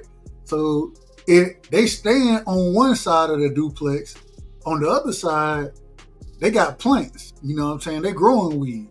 And in Georgia at the time, each plant is a felony. And so they got like 10 plants over there that they growing. I'm talking about they got the whole, they got the whole hydroponic system and all that kind of shit going out there with you know what I'm saying, growing it. And I look back at it today and I'm so happy because, like I said, this was a day, maybe 2 days later after J-Mo said, man, we don't even know these niggas, bro. Who are these niggas? And that was the scariest thing for me, is being around folks I don't know. Yeah. You know what I'm saying? It's one thing for me to be around the same people I done been around. That's one thing. But when I get there and I see folks that I don't know and I'm listening to how y'all are talking, you get that you get that gut feeling, and it's like, man, come on, bro, we gotta go. Normally we go kick it with Jesus, we gonna smoke with him, we gonna play cards, you know what I'm saying? We gonna play dominoes. And in that situation, J-Mo was like, man, let's get the hell on, bro. And we got the hell on. Luckily for us, nothing happened that day. But 2 days later, something did happen. And it was just it was one of them things that helped me say, you know what? All right, we gotta live a little differently. If we're gonna get caught with something, we're gonna get caught with a quarter on us. All right, whatever we get for the quarter, you know what I'm saying? That ain't no felony charge. It's still a misdemeanor charge, but we'll get caught with that. But outside of that, nah, we not getting caught with nothing on us like that. And that's how me and my people started moving. You know what I'm saying? And I felt bad because, man, Jeezy, that brother, he was brilliant. There were times freshman year that he helped me in algebra. And I used to be a good math student till I got to college. I was a great math student. And then I got to college in algebra and all that. It was totally different for me. Totally different. But going back to your situation, so you finally, you know what I'm saying, you end up, you know what I'm saying, you get charged again, you go back. What's this sentence looking like? And was this federal time or was this state time? No, it was still state time. You know what's crazy? I've been blessed, man, not to do no federal time, and I'm gonna get off into something later that took place that could have got me a whole lot of federal time. But right here, you know what I'm saying, basically, because they didn't really find much, you know what I'm saying, but paraphernalia, like I said, and stuff like that, I really got off basically with a three more years plus parole violation. You know what I'm saying? They hit me with the parole violation, which automatically means you ain't got no bond. You know what I'm saying? And you gotta do the rest of that parole time back in the system. Yeah, but the good thing was I done so much time on the front end of that sentence, I didn't really have a lot of parole time left on that sentence. Good. Because I almost done the whole sentence anyway. Hey, see what I'm saying? So look, them 3 years that board said you got to go back and do kind of helped you out. Yeah, it helped me out a lot. So I go back, and now I'm trying to maneuver. They got a prison. It's called Whiteville, Tennessee. It's Whiteville Correctional Facility, actually. Geez. And when I get you to the prison, half of the prison is kind of like blocked off because they got tenants. They had like Wisconsin inmates and some inmates from Hawaii. They had brought these people way from over there, from where they from, they states or whatever, because them prisons was overcrowded. But now they were trying to send them back, and they were trying to move Tennessee prisoners in. So we only got one half of the, one half of the prison. Now you remember the guy overpopulated. Yeah, you remember the guy I told you that I got into it with, he shot me or whatever. Okay. At this time, he's in prison. So me and him see each other, but you know what I'm saying? Now we done talking all that since then. Like I said, everything good. So I tell him, listen, I'm trying to get to South Central. So what I want to do is go up here and tell these people that me and you had problems on the streets in the past, and we good now, but I'm trying to go somewhere else. We just want to be in the same place. He said, cool. We both agreed to it. So I'm sitting in the room with probably about 7 or 8 of my G brothers. We watching football game on a Sunday. We sitting there, all of us watching the game. You know, we got bets in because in there, they run bets, and you got people in there to do the boards and everything, like real live bet. You got buckets and everything in there. So I'm sweating my ticket at the time, hoping, you know what I'm saying, that I hit.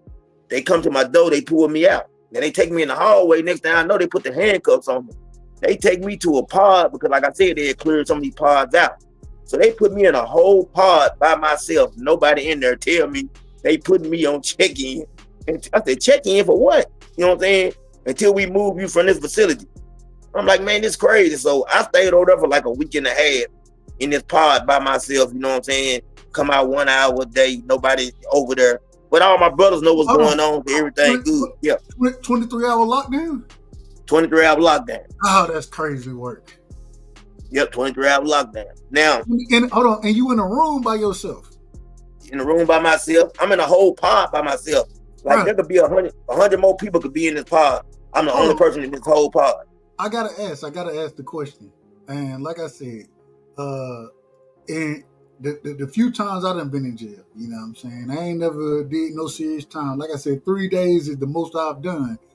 And my 3 day, really the reason I had my 3, because I had to get picked up by a different county, you know what I'm saying? Yeah.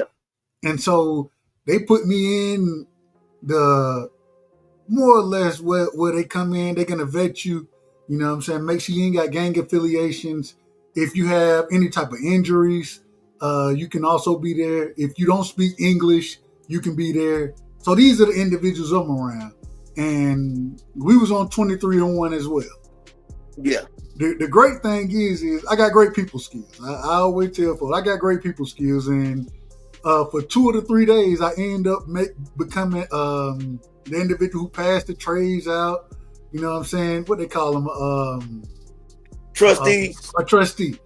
I end up becoming that with the white lady that was there. And she was cool. You know what I'm saying? Me and her, we played Monopoly together. We played checkers. She bored like I'm bored being there. It was the World Cup going on. I got the essays, you know what I'm saying? They don't speak no English, but they trying to watch soccer. So I'll put it on soccer form, you know what I'm saying? Because as a trustee, you get to be outside your pod, or you get to be outside your room, more or less. Yeah. Man, I got the new guard came in, you know what I'm saying? Old black lady, mean than a motherfucker. She said, damn who you used to be. Take your ass in the set. And the crazy thing is they got paper drawers, you know what I'm saying? You got the paper drawers over there. So you be like, man, here we go with this boy. So I end up my last day, and they were like, if they don't come get you in 3 days, then you good to go. Well, they came and got me that 3rd day. They came and got me, which was cool. It was cool because after that, then, you know, you see the judge. They came and got me. I saw the judge, and then the judge let me go. But the thing was I saw how there was a difference when you were a trustee versus because 23-hour lockdown that shit ain't easy. You know what I'm saying? Being locked in a cell for 23 hours, that shit is crazy. So you being locked in the cell 23 hours by yourself, what was that like? You got to be mentally strong to endure things like that. I ain't gonna lie, it didn't bother me that much. I was chilling, you know what I'm saying, just really sitting in there doing push-ups, you know what I'm saying, working out of myself. Then I was writing because I've written like 20 books. So, you know, the thing is, I was sitting there writing. I was working on my books, doing that. You know what I'm saying? Trying to get that together. Other than that, that was it. I just took that time to write. So hold on, real quick. You said you done wrote over 20 books? Yeah, and this is the thing. I'm gonna show you like I'm about to show you like I got all these books people have told me I had to in prison. I used to take my books home and read them, like the books I was writing. I got people that hit me up like, man, hey, I have never tried to really worked on getting them published. Tell me like, man, what are you doing? To this day, people still hit me up like, are you gonna get those books published? Like, what are you doing? Why are you not working on, getting your books published? What did you write about? At first I started writing like the Donald Goins type of books. I was writing about street stuff, but man, I got some cold stories. Like I got one called Kim Bella, Queen of the South, and it's talking about her. She a street hustler. You know what I'm saying? I was writing about stuff like that. Man, I got one that I wrote about 4 of my partners that I was locked up with. I wrote a whole two different books about them. Do you still have those books? Yeah. I got somebody right now that got 2 of them. They're supposed to be typing them up for me now. I just decided that I'm gonna go ahead and put my best foot forward and see what happened. Like everybody tell me that the book's the truth. Like they tell everybody that's read them. Like I'm talking about literally this guard used to come to work every day and be like, hey, what you writing? What you working on? Let me read it. Can I take it home for the weekend? And so, man, you got to get those books published. I got to. Somebody, I don't know what you're gonna get off of it, I'll be honest, but man, that's important writing right there, coming from a mindset that you had. And even in this interview, this is why we poking and prodding at these stories, because it's interesting. You know what I'm saying? So, man, you got to get them published. I got to. I've been playing for a minute, and I should have been done it. Even my partner, he been out for a long time now. He live in Nashville, Tennessee, and he, you know what I'm saying, he been asking me like, hey man, I got somebody that's willing to help you get these books published or whatever. What you gonna do? You know what I'm saying? So I've been playing games, but I've been having so much going on. I'm not gonna lie. Like I got so much stuff going on that I really put it on the back burner. Okay. So I want to move forward real quick before we move forward on it. Anything else that stands out in your mind that you want to speak on as far as because, well, let me ask this. Your last sentence, your first sentence, you end up spending how many years did you end up spending on your first sentence? What, 8 years, 7 months? 8 years, 7 months. Your last sentence. My last sentence wasn't that long. So before we jump to that, okay. The second sentence. Hold on. So how many times did you get sentenced? 4. Okay. Well, we only on 2. Okay, then hold on. All right, let's do it this way. We're gonna get through each one. So your second sentence was you getting caught at the trap house, all those type of things, correct? Correct. Okay. How much time did you spend for that sentence? I ended up doing like almost 6. Okay, 6. But then this is the crazy part of this sentence. I end up like, you know what I'm saying, I really had low points. I could have been a minimum security this second time around. You know what I'm saying? My points wasn't that high. But we gamble a lot. You know, we play poker in there a lot. So we in there. So we playing poker or whatever. So dude end up on me probably what type of poker y'all play? We play Texas Hold'em, whatever, Omaha, whatever you want to play. Okay. You know what I'm saying? They play whatever. When I say poker, they play poker. Like it's all kind of games. Dealer choice? Dealer choice. Yeah, you already know dealer choice is crazy out there. Go ahead. Yeah. So man, dude owed me, he ended up owing me probably about $120 in commissary. So, you know, store day roll around.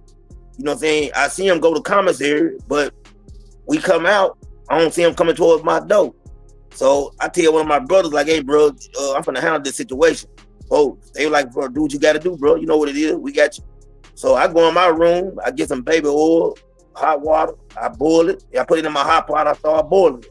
Hold on, wait a minute. How do you boil hot water in jail? How do you boil hot water? They got hot pots. Okay.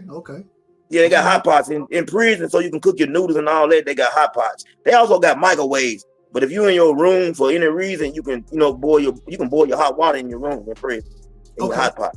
Okay. So I boiled I took the hot water. I filled up my hot pot. I put the baby oil in there. I boiled it. I let the water get steaming hot. You know what I'm saying? He was sitting at the table. He had his back turned to me. I came out and poured it straight on top of his head. Hold on. What does the baby oil do? It's gonna make your skin peel out quicker. Okay. Dang. Y'all deadly. Go ahead. Yeah, so when I poured it on him, he started screaming and hollering. As he's screaming and hollering, I hit him upside the head with the hot pot a few times, you know what I'm saying? Split him. He already was peeled. Like I'm talking about, man, it peeled his skin off. You know what I'm saying? So I ended up going to Max. I stayed on Max. Now they sent me to another prison, River Bend Correctional Facility. I went to Max. I stayed on Max like 2.5 years, 23 and 1. For 2.5 years? Yeah. Now, they tried to give me a street charge, but what ended up happening was he got out of prison and they couldn't find him to get him to come to court. So the last time they took me to court, they ended up having to dismiss it. I would have got more time. Okay. And this is your second time. This is your second. Yeah. Okay. So at this current moment in time, you done did what? How many years you done did so far? What, 8? About 14. Some change, almost 15. I'm gonna say 15. Okay. So you done been there 15 years. How did you? When did you get released from that sentence? I forgot what year. It might have been like 2003, somewhere around there, baby. Cause I ended up going back, I think in 2005, but I only done I went back in 2005 on some more petty stuff. But I didn't end up doing no real time. I ended up doing maybe like 2 years. You know what I'm saying? That time right there. And then the last time I went back, my last prison sentence was 2012. In 2012, I went. Basically, I had like 20 months left on a violation.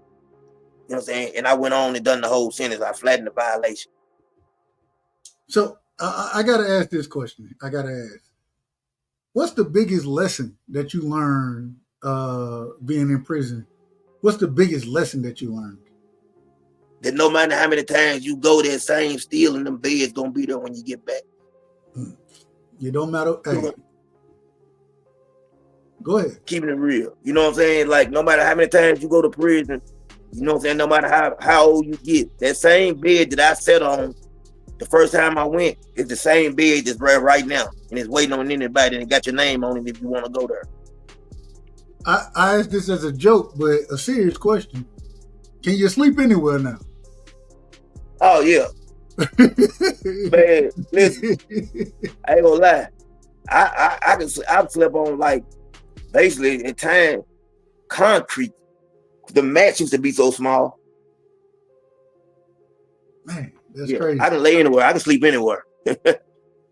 All right, so let me ask this. I want to get past. First off, any other stories? And I ask it this way: what's the most memorable story? And how many? First off, overall, how many years did you spend in prison? I'm gonna say anywhere from like 17 to 18 all together. Like why I always say 20. So right there enough to be when you consider, how we rounded off. I'm gonna say right at almost 20 years. Is that what's the first off? What's the biggest lesson that you learned from prison? Man, I learned a whole lot of lessons in prison. One lesson I learned is this: man, value your freedom, because there ain't nothing like when you able to get up and just open your refrigerator up and look in there and see what you want to eat. Ain't nothing like getting up out of bed when you want to get out of bed.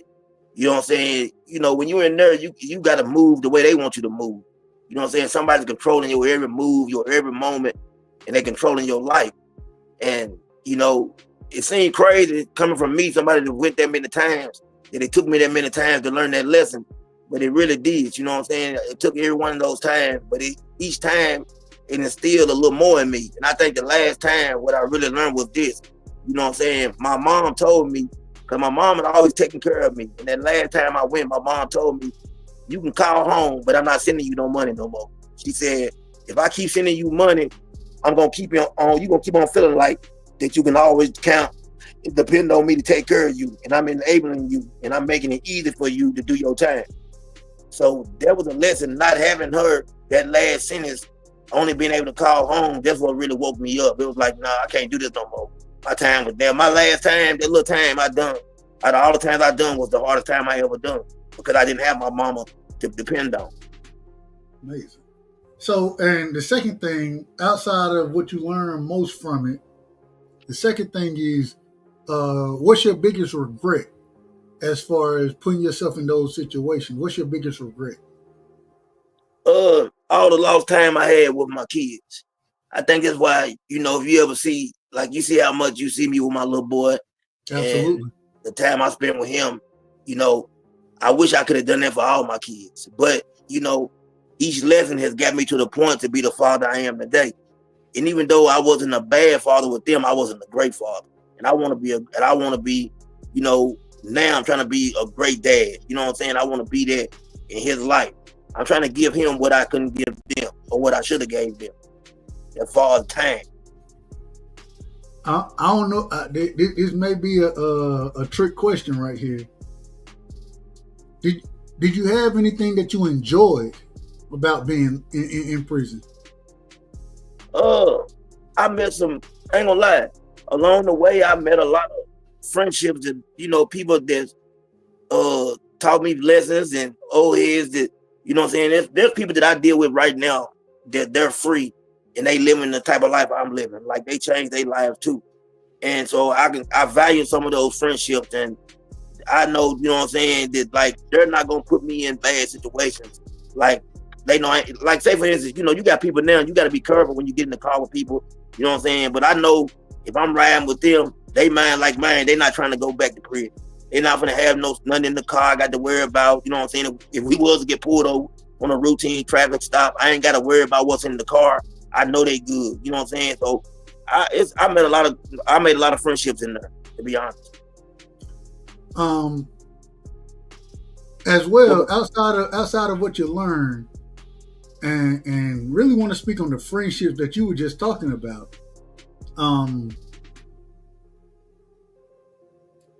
For the majority of individuals that you got to know, you know what I'm saying, made friends with in jail, in prison, do they have the majority? Not all. You can never say all, but have they changed their life the same way that you have? I'm gonna say probably I had 10 really good friends that I made in prison. Outside of now, there was 600-700 GD members or whatever that I associated with, but I'm talking about 10 true friends, and I'll say 7 of them is still out here and doing well. Would you, and I think I know the answer, but do you think you're a better person? Do you think you're a better person from, do you think the system worked in your case? Do you think the system worked? I don't know if the system worked. I think what happened sometimes, what ended up working is the system gonna beat you down so much that it ain't gonna have no choice but to work. You see what I'm saying? Yeah. Like one day you're gonna get tired of going. One day you're gonna get tired of people telling you what to do, when to get up, when to eat, when to go to sleep. You're gonna get tired of that one day. And if you don't get tired of it, then something wrong with you. So I don't know if it actually worked, but it did beat me down.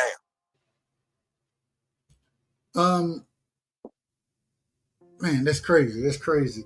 Okay, let me ask this. I want to ask this now. So, getting past the whole prison aspect, you finally make it back home, right? Well, first off, are there any other stories that you have for us as far as prison went? Well, I'm gonna say that stand out in your mind. That stand out. Yeah. If y'all ever get a chance, I want y'all to go check out this video, and it's called Gangster Disciples in Tennessee. And when you see the picture, all those guys you're gonna see on that picture are gonna be guys that came up under me. And the reason I'm saying it is this: prison probably did save my life as far as the time they got because they got hit with the RICO. And my best friend, my closest friend, he also got hit with the RICO. And they all end up getting, a few of them got life sentences, or I think 2 or 3 of them got 30 or 40 years. But they got a video out right now on YouTube called Gangster Disciples of Tennessee. And every one of those guys I ran with or I was over at the time, you know what I'm saying? But when they took the guy, my best friend, when they took him to the federal holding facility or whatever, and they questioned him, and they pulled out a picture of me and they asked him, who is this guy right here? And he said, y'all know that's my best friend or whatever. And he was like, he ain't got nothing to do with this. And they was like, well, we know that, you know, he been locked up all this time, and we also know he changed his life. So, man, really, you know, changing my life and being locked up at the same time, it kept me away from a lot of the stuff they were doing. So when they hit those guys with the RICO, it missed me. Now, the RICO case that they were hit with, I'm gonna be quite honest. I'm used to when I hear RICO, I'm used to 2 things.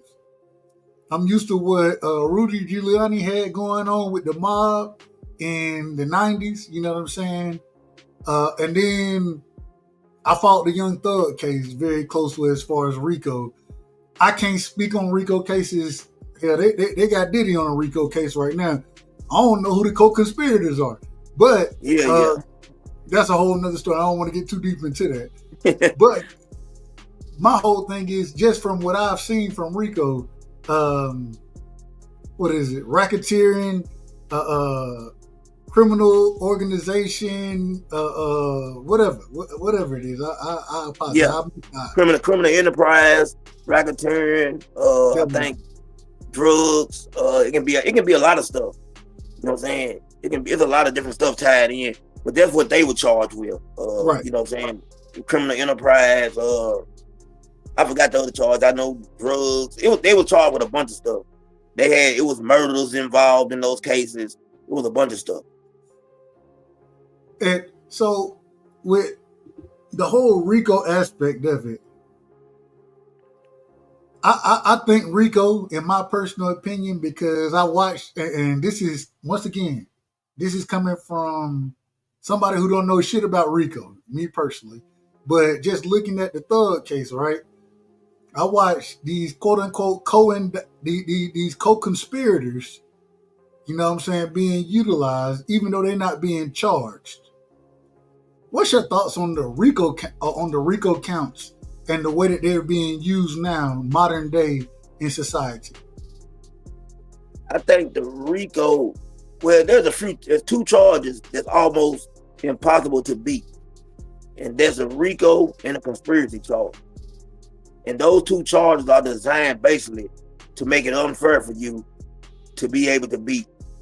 Conspiracy can be anything, you know what I'm saying? And I've lost a lot of friends to conspiracy charges. And it's easy to get a conspiracy charge. I'm talking about it's ridiculous. But that RICO case for Young Thug, I paid attention to it, but that was more of a state charge, and that's why I feel like they was able to beat it. Had it been a federal charge, I don't know how it would have played out for Young Thug there. But I think it would have been much different. The feds refused to pick it up. I remember hearing them speak on, you know, if it's gonna be a true RICO, you know what I'm saying? If the feds really felt like something was there, that's why. And they refused to pick it up. And then Paul Howard, the DA before Fannie Willis, he refused to pick the RICO case up. Fannie Willis, she picked it up and she didn't charge. So she got more RICO charges. She got the teachers union on RICO. She got so many RICO charges out here. It done got crazy. I'm like, you can't just be using this. You can't just be using this you can't just use it. But that's what it seemed like she doing. Fannie got her own agenda and motive. I had never heard of a state RICO before in my life until Young Thug got hit with it. I'm not gonna lie. I ain't saying it ain't never happened before. I just had never heard of a state RICO. So when they said Young Thug had a RICO case and it was state, I was like, huh? So it kind of shocked me. Like I said, all the guys that, you know what I'm saying, that came up under me, those guys, it was 3 or 4 murders involved in there. it was drugs, it was all kind of stuff, man. And then they had plenty of witnesses. Man, it was crazy. And you know, they all went to trial. Yep. They all went to trial. Did you watch the Young Thug Rico trial? Did you watch that? I did watch business. I watched a lot of. I ain't gonna lie. I didn't watch a lot. I watched a lot of Woody because they got talking about Woody. Man. Shout out to Woody. Yeah, man. I watched a lot of Woody. And Woody was funny as hell. Yeah, Woody was funny. He was funny. Yeah, I did watch him. With him being the star witness, and for him to say some of the things that he said up there, you know what I mean? Like, I was like, bro, I can see why Paul Howard crooked as hell from everything I know about him, but I can see why he wouldn't bring it. Ain't no way I'm putting somebody like Woody on the damn stand. I would never do that. I would never do that as a lawyer. You know what I'm saying? Did you think that the jury got it right as far as Thug goes? Well, I think that Thug should have went through. Thug shouldn't be on no paper right now. Thug was supposed. I know that you're taking a gamble with your life, and when you in that situation, it's hard to tell somebody what to do when you're facing that type of time.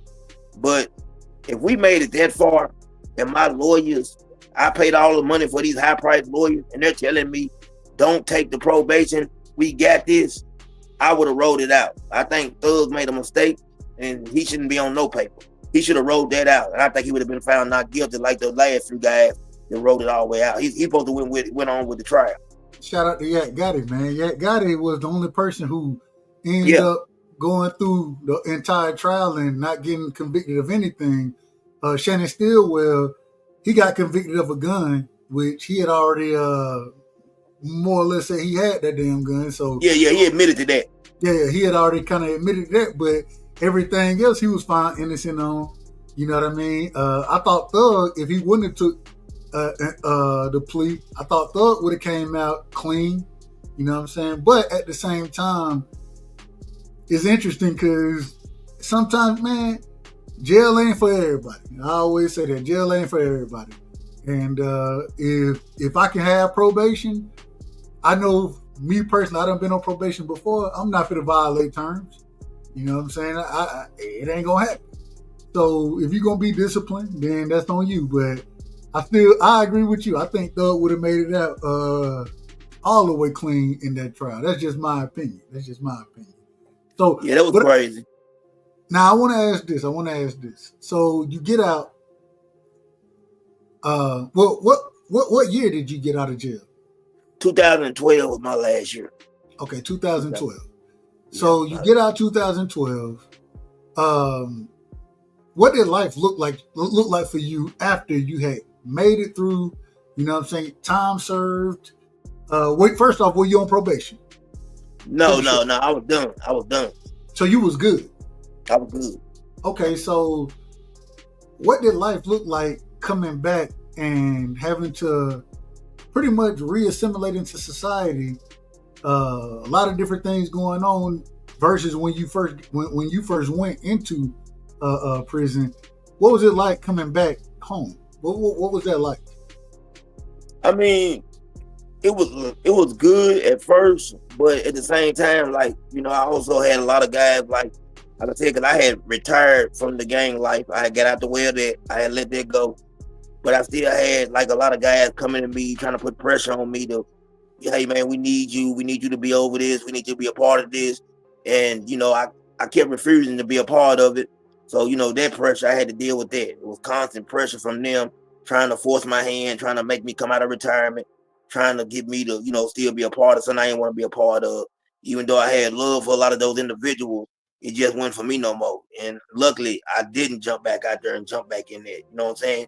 But that was the main thing. Then also, trying to figure out that I want to give up hustling. Like, you know, I made a lot of money hustling. Like, I wasn't the biggest of the biggest, but I've made money. Like, you know what I'm saying? Hustling. Like, I was living good hustling. That's all I knew. You know what I'm saying?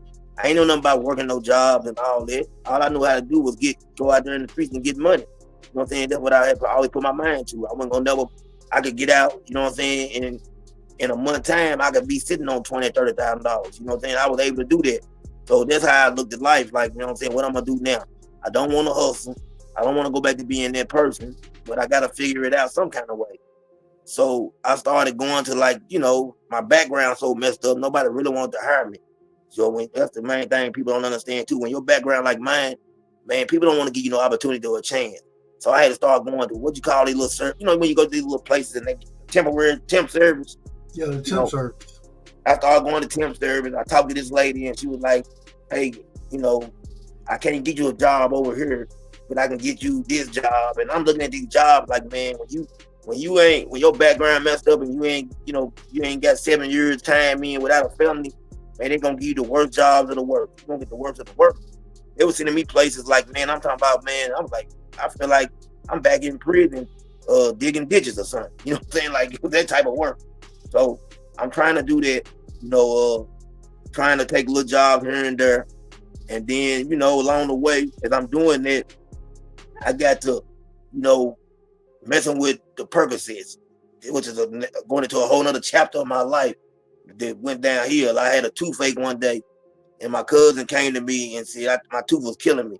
And I was like, man, I need something for my tooth. And she was like, I got this Perc 5 oxycodone, take that, it's gonna get rid of the pain. I was like, okay, I'll take it. So I took it. And then I'm already drinking a beer with it or whatever. So I got to feeling good. So, that right there started spiraling out of control. That one Percocet, in a year time, I was doing 15 to 20 a day. Hold on, 15 to 20 Percocets a day? 15 to 20 Percocets a day. Wow. Okay. What was that? Man, and I'm going to just be in it. I always tell folks, hey, I'm scared to take medicine. I drink a little liquor now. And now and then I don't even smoke weed no more like that. You know what I'm saying? Yeah. I can't. Prescription medicines, those I'm more scared of them than anything else. Me personally, that's just my opinion. Hey, you better be. You got the right idea, and that's why I cut my thumb off, and that's why I have refused pain medicine this whole time, because I know what it brings. You know what I'm saying? Like, it might take away the pain, but man, that monkey right there, it's hard to get that monkey off your back.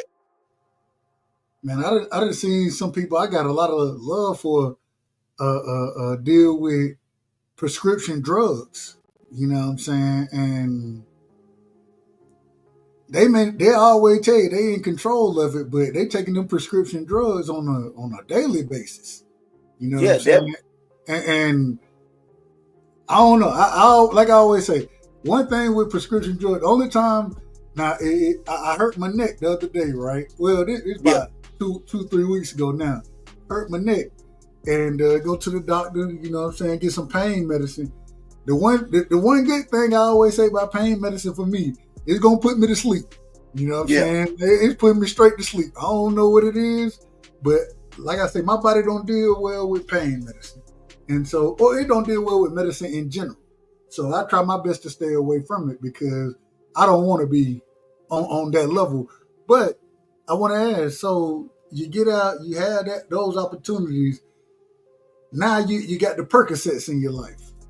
Yeah. How did you overcome that? Well, it took a long time. So I'm doing the Percocets, and as I'm doing them, and my system is taking more and more for me to even feel them, or for me to even get up out of bed, because if I ain't got them, I don't got no energy or nothing. Like, after a while, it's like a reverse effect. Like, if I took 15 to 20 Percocets, it was like I had all the energy in the world. Like, I wanted to do this and do that.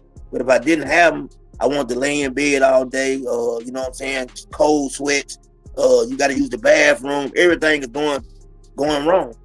So I'm going through that motion, and then I get introduced to, that's when the oxycodone hit. Which Roxy is another form of Percocets. The only difference is Roxy doesn't have that what's name in them. It doesn't supposed to mess with your stomach. Whatever it is, they took. I got to tell real quick. I got a story for you. My partner Troy, you know what I'm saying? My point guard. He's been my point guard until I got to college. Troy, he played every game with me. You know what I'm saying? From 9th grade until I went to school. You know, and went to college to play ball, right?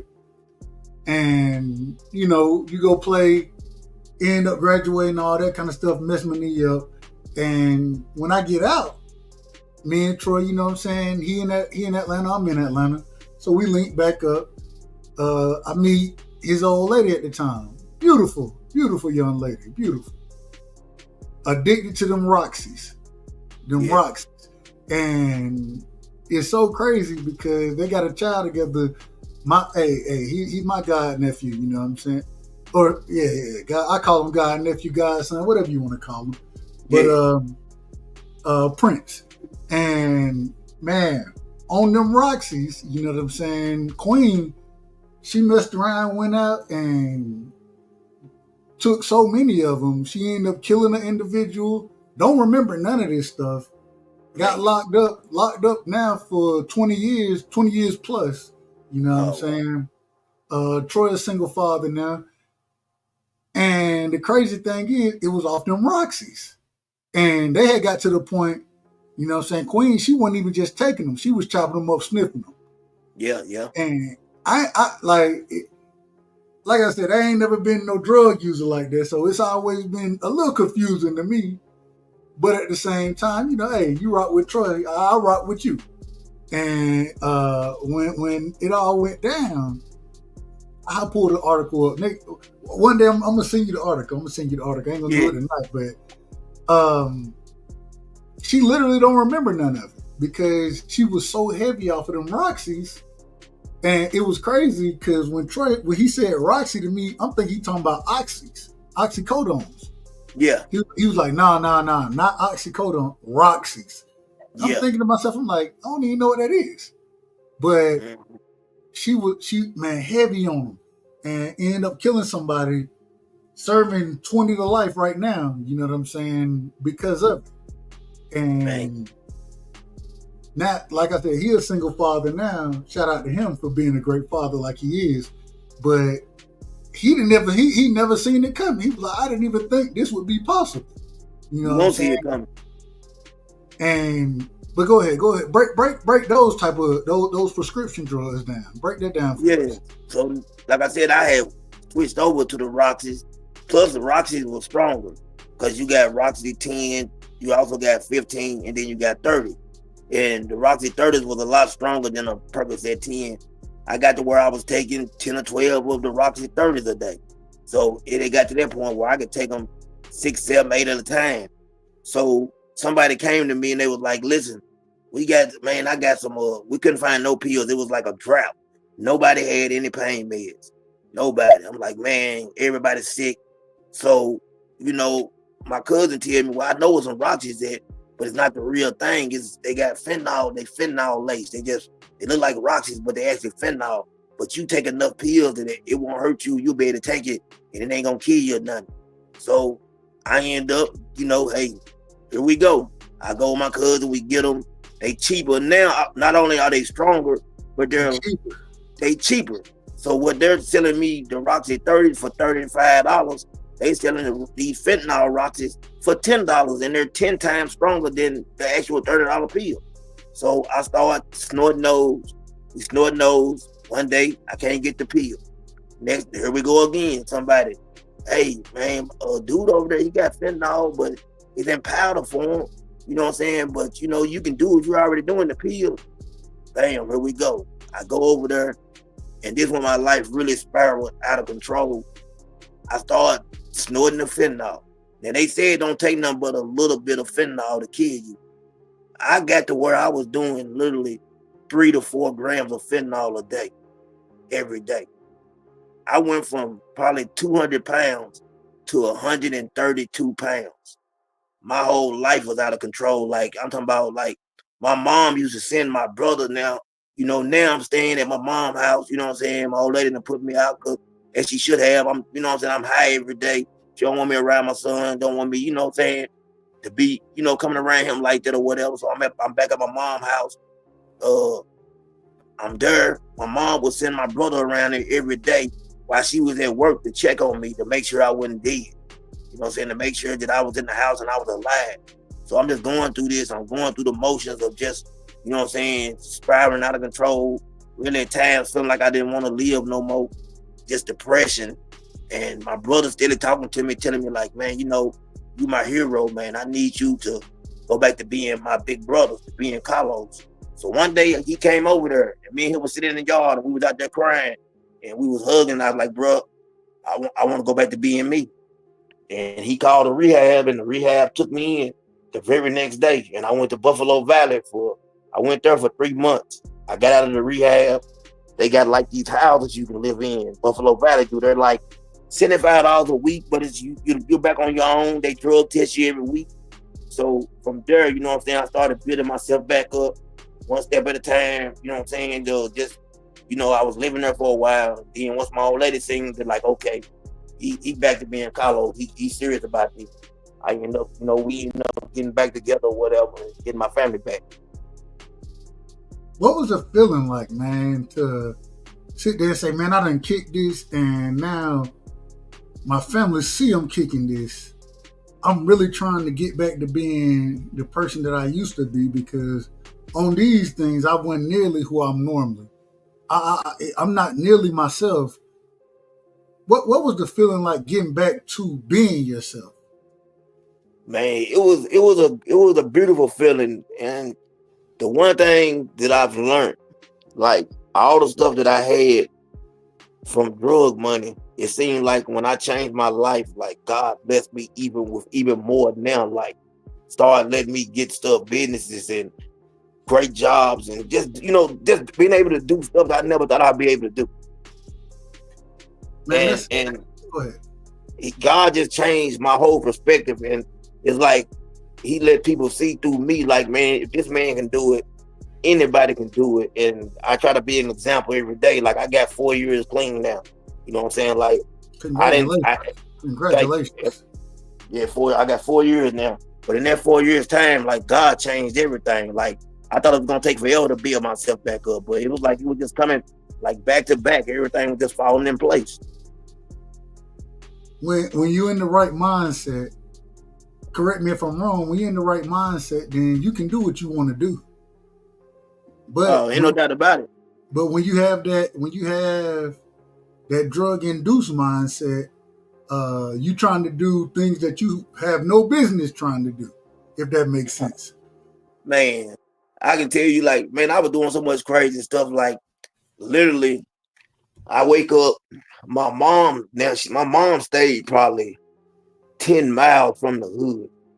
I would jump up, man, and walk all the way to the hood just to go get high. 10 miles. That's the type of stuff I was doing. You know what I'm saying? Somebody come through the projects, they got some money, they want something, somebody white, they don't, but they scared. I jump in the car with them. I'm gonna go in there and get what I want to get for them and come back out and get them what I want to have and take off or whatever. You know what I'm saying? Man, I'm talking about, man, it was just crazy. I was literally in the projects, and this one of the last things that happened to me when I knew really it was time to change too. And I was so high, I was just nodding out, and I was standing on the corner, and some young dudes got to shooting at each other. A bullet literally, this is the truth, man, shot past my head. I could feel the wind from the bullet as I stood right there. Like, man, I knew, like right then, like God had another purpose for me in life. So let me ask this. I want to ask. So, and I say this respectfully. You know, I got a lot of love for you and a lot of respect for you. So when I'm saying this, don't take it the wrong way, but I want your opinion on it. The CDK that was on drugs versus the CDK that I know. You know what I'm saying? What's the difference? The big difference is, like, we wouldn't have had time to have conversation like this because I didn't have time to sit down and talk to nobody. I spent all my time getting high or wanting to be high. Like, I didn't have time to enjoy life. Like, I would have been a person that you wouldn't have wanted to come in your house because you wouldn't been able to trust me. Does it ever hurt you, or do you ever feel like, man, how did I become that person? Yeah, I think about it a lot. So that's why I stood so strong and adamant when they kept trying to give me pain pills for my hand, and I kept turning them down. I remember that. And if y'all don't know, I got to tell. Well, we're gonna get to that story. We can get to that story shortly. So, but go ahead. So yeah, that's why I stood strong on that, because I didn't want. But you know, the good thing about everything that happened, the people that love me, they never went anywhere, and they let me know they love me. Yeah. They stayed by my side. They stayed strong with me. My mom, you know what I'm saying? Everybody stayed. Everybody that's in my life right now, they never left my life. Man, that's beautiful. That's beautiful right there. That's fantastic. To have that support system, you know what I'm saying, that's fighting for you. You know what I'm saying? They fighting for you even when you don't even know that you need to be fighting for yourself. Let me ask this question. I want to ask this because we 2 hours in and I told you it ended up being longer than we always expect. So let me move forward. You finally, and I want to get to where you work at now first. That you know what I'm saying? How did that job, because I believe you're a supervisor manager at the current company that you're at now. Yeah.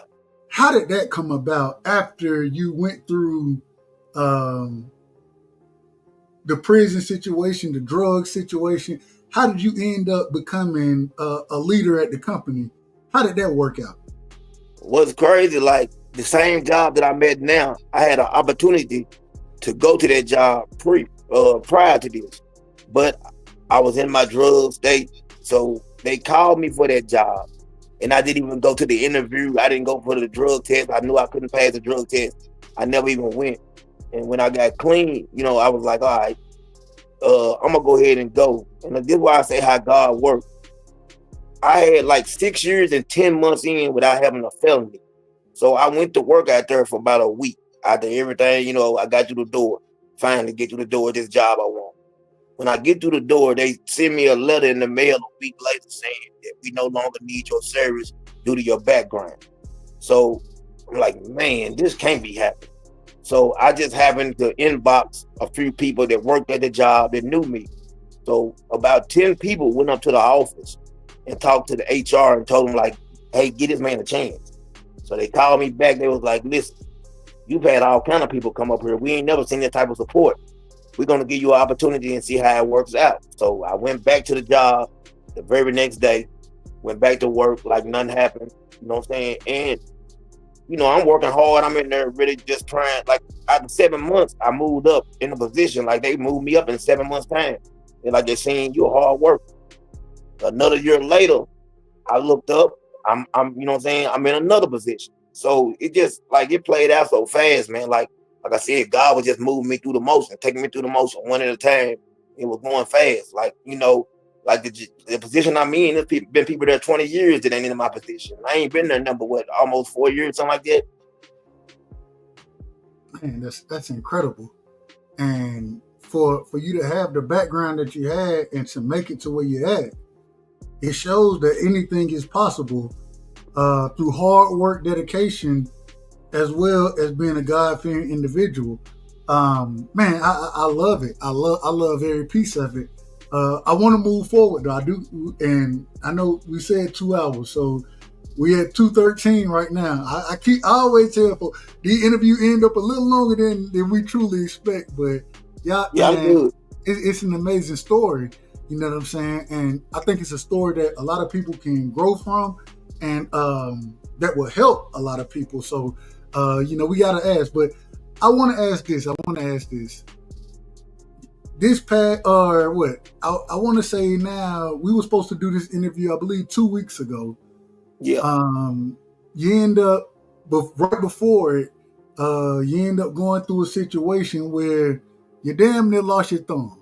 You know what I'm saying? Yeah. First things first, how is recovery, especially not having the pain meds and refusing the pain meds? You know what I'm saying? Hell, I seen the picture of your thumb, but and when I talked to you, you said, man, I just hope that we can find a specialist that can put the motherfucker back on. You know what I'm saying? Man, break that situation down. What was that like for you as far as, because I believe you were training another individual on a machine. The machine goes out of whack. Your finger gets sliced. Didn't quite lose it, but damn near lost it. When I looked at it, I'm just gonna be honest with you. I was like, I hope the brother find a good surgeon, cause man, that's some shit right there. That's some shit. What was that experience like with you almost losing the thumb, recovering it, and going through surgery? Man, give me what's that entire experience like for you? Well, when it happened, like I said, you know what I'm saying, I was really trying to show somebody and how, because I don't supposed to be on a machine. When you like we got a union where I work at. In the union, when you're in certain positions, you're not allowed actually to be on a machine, but you can show somebody. So I actually was in the middle showing somebody, son. And when it first happened, when the metal went back too far, my hand got caught between the brake press and the metal. I heard the bone in my hand snap, and I had a glove on. So I'm thinking like, okay, I said it's broke. That's all I said to myself. My hand broke. You know what I'm saying? It's broke. So I'm pulling the glove off. I see a little blood. I'm thinking, all right, it might be a little pinch too. When I pull it off and see it, I'm like, damn. So, you know, at the time I go, I'm calm. Everybody else panicking. They walking me. I'm laughing and giggling, talking to everybody like it's gonna be okay. They're gonna be all right. They get me up there. They sitting down. I'm waiting on the ambulance. Now, while you laughing and giggling, are you in pain? You gotta be. I think I went in. I think my adrenaline probably was actually flowing. You know what I'm saying? Like, because I made videos from the ambulance talking the whole time in the ambulance. I remember. Yeah. So I was like that the whole time. Like I was really with just, you know what I'm saying, chill. I was chill the whole time. I never, you know, panic or I wasn't in no major pain or nothing like that. It hurts more now than it did then. So first things first, I know when I talked to you, you were in good spirits. You also said you was like, well, we gotta see if we can find a surgeon that can put this shit back together. You know what I'm saying? You end up finding a surgeon, and it seemed like I done seen pictures recently. You know, you cast it up. Now you at the casino cast it up. I was thinking to myself, I said, the nigga crazier than a motherfucker. But at the same time, it was able to be repaired. First things first, how's the thumb doing?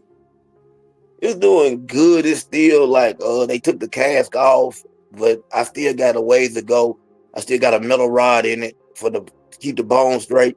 They still trying to figure out whether or not, like, I'm still like 70% chance that they could, you know, it's gonna be okay. 70-80% chance. I think it's gonna be okay. I can bend it, just trying to keep it washed, keep it clean. I got to go back to the doctor again. Like I said, it might be a possible another surgery from what he said. We don't know yet. This goes right into, in my opinion, into everything you done spoke on, how you're able to overcome certain situations. It seems like, I ain't gonna say certain, you're able to overcome everything that's thrown in front of you. You know what I'm saying? That's what it looks like to me.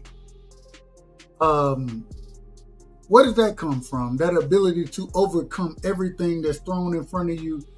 That ability to say, you know what?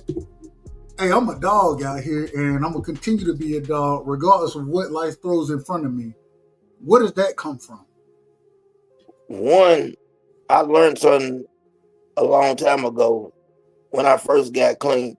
The same people, like, not talking about family members, but the same people that be rooting and cheering for you to get clean and do better, be the same people that when you get better, want to see you go back to where you once was.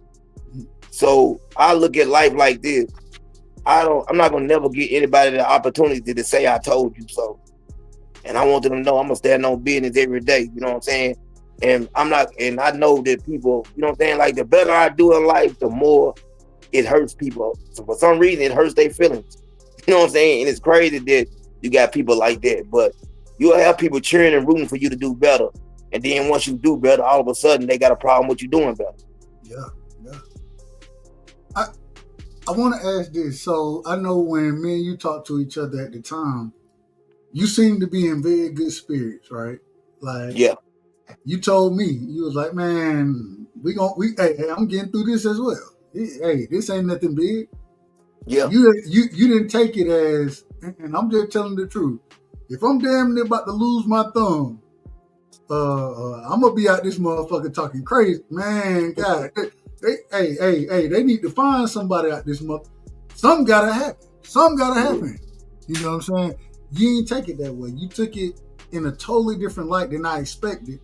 And one of the things I thought was brilliant, and when I say brilliant, not meaning that I don't even think you really thought about it, but I thought it was brilliant, the courage, you know what I'm saying, that you were showing in that situation, because you sent the picture out and we saw it, and when I saw it, I ain't gonna lie to you, I'm gonna just be honest, I was like, shit, that mother, god damn, what?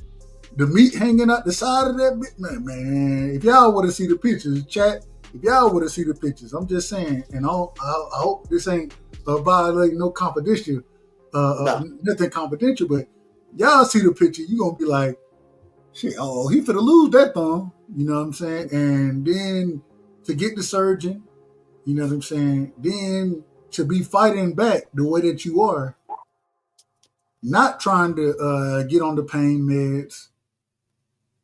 In your opinion, what does that show about you? You know what I'm saying? The resilience, the heart, the faith. You know what I'm saying? One of the things that you've brought up continuously is what God got going for you. You know what I'm saying? I respect it. And hey, I'm a fan. I ain't gonna lie to you. I love hearing that kind of conversation. Man, what did it mean to you to understand, man, this is the resilience I have. And I can fight through damn near anything. Losing the thumb, one of the things that make us different from most animals in this world is the thumb. That's a fact. So what's the resilient like and understanding, nah, you ain't finna pull me down off of just this. It's gonna take more than it. Man, what's that resilience like? And yeah, what's that resilience like? And how do you feel you were able to conquer something like this? Because in my personal opinion, this is definitely conquering a major injury. You know what I'm saying? A ACL is one thing, right? A MCL is another. A PCL is another. A knee injury in general is one thing. I can always walk. You know what I'm saying? I can always walk. When you screw up your thumb, that limits a lot that you have in life. You know what I'm saying? Whether it's driving, and I don't want to get too deep into it, but what's that like, having that type of resilience? Because you've shown it, and I got a lot of love and respect for it. First, like I always say, it ain't my resilience, it's the resilience that God put in me. And I always believe that. I believe that, like I said all the time, through prayer, just believing and having faith that whatever plan God got for me, that's what it's meant to be. Like, I'm not gonna never, like, my journey, I've OD'd 6-7 times where the ambulance literally had to come get me and hit me with Rockin because I almost lost my life due to drugs. You know, I've been through so much in life that this thumb thing to me is just something minor. Like, it's not the end of the world. Like, everything gonna be okay. Watching my little boy get up in the morning time, seeing him smile because his daddy doing good. You know, being able to adjust, knowing that through everything, like, I didn't even have the taste to have pain medicine. Like, it never crossed my mind like I needed. Those things right there is because of God. So that's how I look at it. I give God all the glory to whatever, you know what I'm saying, come my way and I'm able to deal with is because of my Lord and Savior. Amazing. Now, I want to move forward, and I want to ask you this question right here. They call you, and I want to understand how we got to this piece. Well, first off, before I get to that, can you talk to me now about your youngest son? And I done seen pictures with you and your youngest son. You know, I'm a single father. Well, I don't think you're a single father, but no. I'm a single father myself, and you know, I love my son. I say I'm a single father. I'm never a single father because even right now, my son, he with his mom for the summer. You know what I'm saying? Shout out to her. And all the time and effort she puts in. It may not always look like how I want it to look, but she truly tries. You know what I'm saying? Anybody who's Yeah. gonna put the effort in, then I'm gonna work with you one way or another. So, man, your youngest son, I done seen pictures with you and him. Man, what's that relationship like with you and your youngest son? Man, he's funny, man. He a character. He's definitely a character. Oh, He's very smart. he like his daddy. He like his Yeah, daddy, huh? definitely. He's very intelligent, very smart. He understands a lot at his age. You know what I'm saying? Stuff that most kids wouldn't understand. Like he'll say to me, like, "Daddy, Daddy better now. Daddy not on drugs anymore. Daddy better. You better now, Daddy. You heal." He talk like that. Like, you know what I'm saying? Like that's the type of conversation me and him have. Like I try to, teach him at a young age. Like you see what Daddy went through, and you happy with the new me or the person that I am. Once again, I try to show him all those things. I want him to understand. You know what I'm saying? And he does understand a lot for his age. You know what I'm saying? He's very smart. He in Memphis right now. He down there with his auntie. So, it's different because he at the house, like, basically there ain't no other kids here with him. So he's always with us. So he's attached to us. We attached to him. So even for this little week that he gonna be gone, I'm already missing. Man, hey, look, I'll be honest.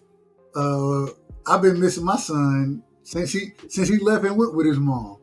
Yeah. You know what I'm saying? And I'm happy. I'm happy because you get to spend your time there, and you deserve your time, and she deserves her time with him. Yep. You know what I mean? But I'm just so used to always having them around, right? I'm so used to it that it throw me for a loop at times. It throw me for a loop, and sometimes I be like, man, what the hell he got going? Let him do what he doing. Let him do it. He fine. And sometimes I gotta take it in and just say, you know what, he fine. Let me fall back and do what I'm gonna do. You know what I'm saying? Mm-hmm. But at the same time, I do think it's very important for fathers to be in their children's lives. And for you now, what if we had to ask, what's some of the biggest things as a parent that you say, man, as a father, not as a parent, as a father? What advice would you give somebody like myself, who's the father? You know what I'm saying? Man, what advice would you give me as far as parenting? One, I think honesty goes a long way with your children. Always being honest with them. Something that I do, it might be something small, but every time that me and my son go somewhere, whether it's somebody opening the door for us and me telling him to make sure he always say thank you, just teaching him the value of respecting other people, it goes a long way in life. A lot of these kids we see nowadays, they don't have respect for their elders.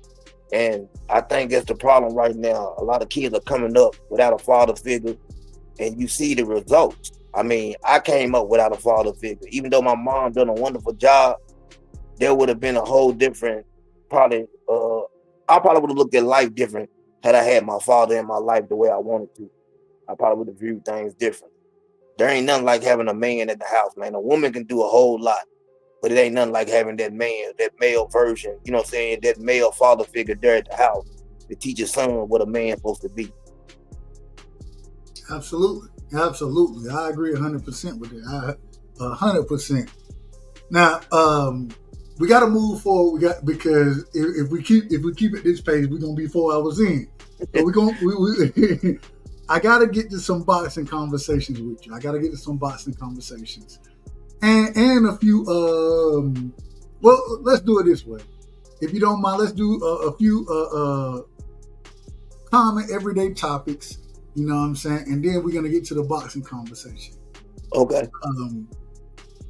So we just saw this past week that Trump, he approved the bombing of Iran, and they say they're going after the nuclear factories, those type of things. I voted for Trump, me personally. I don't know how you voted. I ain't gonna ask. At the same time, how do you feel about how the United States is moving toward Iran bombing over there? Me personally, I think war is nonsense, me personally. But what's your thoughts on what the United States has going against Iran at this current moment in time back in Israel? Well, one thing about war, I always feel like that we never really truly know why we going to war. Like they tell us they going for one thing, but there's always a hidden agenda. Like there's always more to it than what you actually, you know what I'm saying, what you actually are told.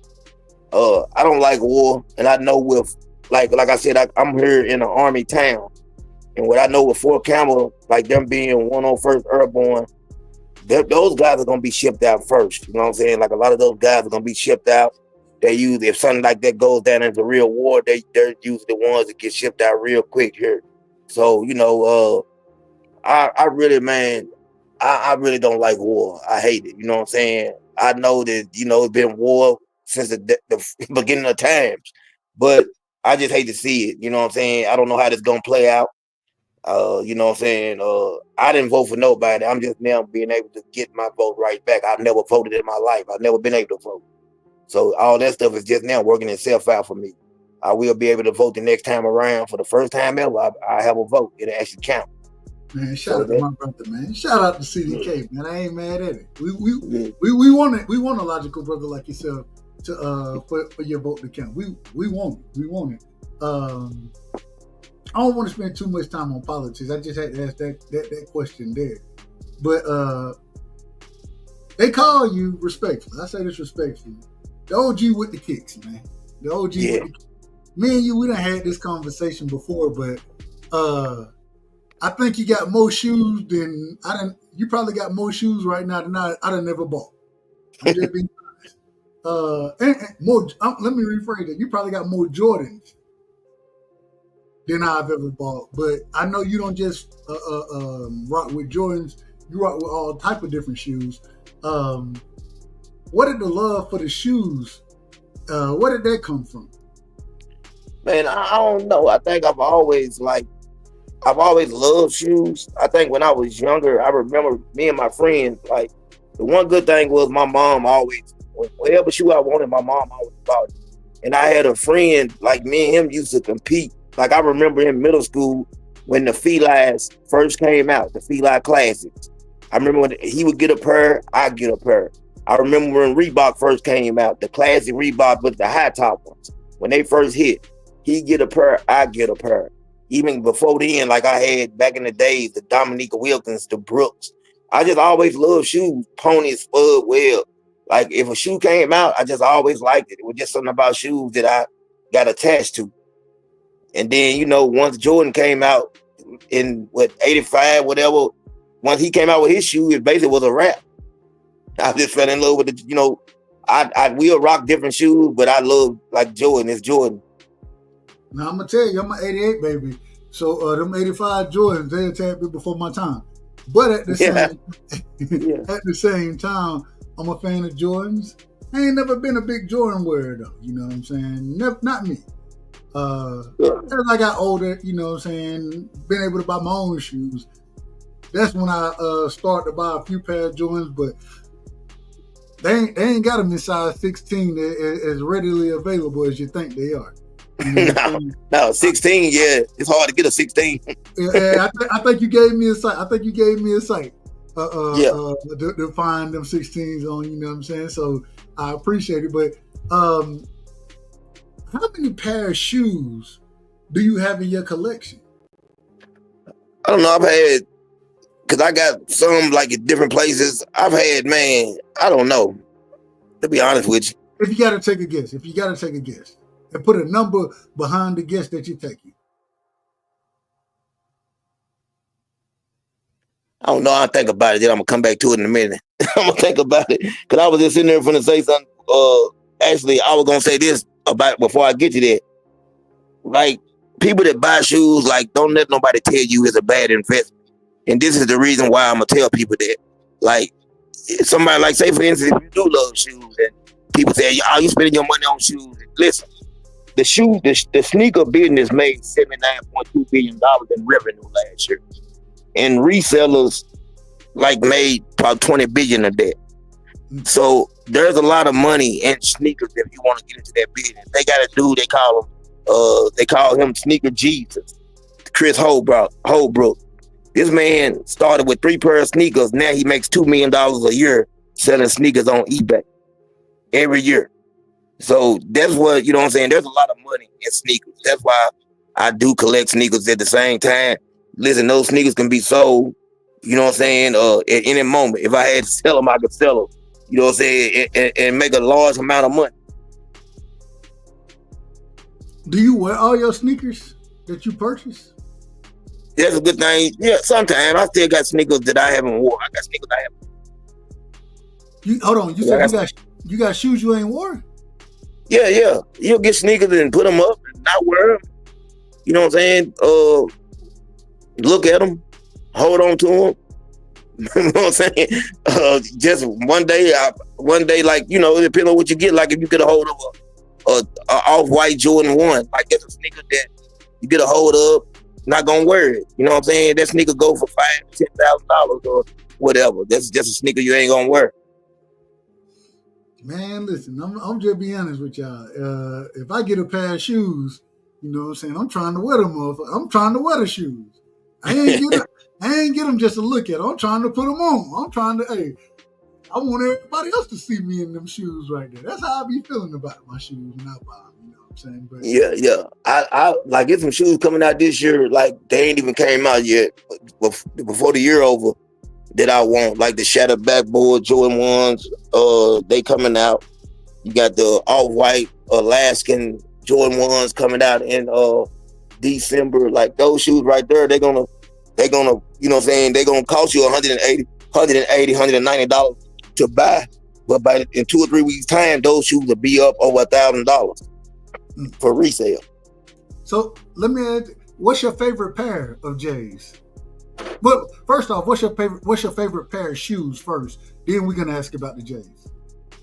I'm an OG, so the Jordan 1 is always gonna have a special place in my heart. I love Jordan 1s, even though a lot of people say they're not comfortable. Like Jordan 1s for me. Then I would say my favorite shoe of all would be the Jordan 3 UNC. The Jordan 3 UNC, I think that's a beautiful sneaker, man. I love that Jordan 3 UNC. That's one of my favorites. And then a lot of people don't like the Jordan 2, but the Jordan 2, the Carmelo Anthony's with the Denver Nuggets colors, those right there, man. Shout out to yeah, those are beautiful. They beautiful. Hey, champ. Pardon the left, champ. Pardon the left. I want to shout out to my brother Mark Nash in the building, man. If y'all don't know, and we about to get to boxing in the second CDK. We got to get to some boxing talk. But shout out to Mark Nash. My brother Mark Nash, man, was over in Japan when and this leads perfectly into well, I still got to ask about the shoes. Before we get to the shoes, we're gonna come back to my brother Mark. We're gonna come back to him real quick. Favorite Jordans, or not even favorite Jordans. I ain't gonna say favorite. So I'm always tell you, you know what I'm saying. The 10s, I'm a huge 10 fan. I love the 12s. 11s are right there. You know what I'm saying? That's my time frame. Those are the ones I truly love. I'm a fan of the 6s. You know what I'm saying? Yeah. But is there anything special that you look at when you see the shoes? What make you a fan of shoes? As far as, and let me rephrase that question to be more clear with it. Not what make you a fan of the shoes, but of Jordans, the way that they look. What make you a fan of the style of the shoe? Jordan, when you think about basketball sneakers, when you look at, like my little cousin broke this down for me the other day. She played basketball. She real tough in basketball. She's getting ready to go to college, got a scholarship and stuff. She was telling me like she wear LeBrons on the basketball court. It's more of a basketball sneaker. But when you look at Jordan, it's like universal. Like Jordan is it's a shoe you can wear with anything. Man, I done seen, they done start putting Jordans and Forces. They done start putting them on with suits on. I remember a time where if you got a suit on, you can't have tennis shoes on. You can't have sneakers on. you gotta have dress shoes on with your suit. You know what I'm saying? Now, I'm looking at folks, especially in the media, those type of things. They putting suits on with Jordans. You know what I'm saying? And I ain't got no problem with it. Be comfortable. One of the hardest things, and me wearing a size 16, one of the hardest things that I've ever found is finding good shoes that I feel comfortable in. You know what I'm saying? That's the toughest thing for me.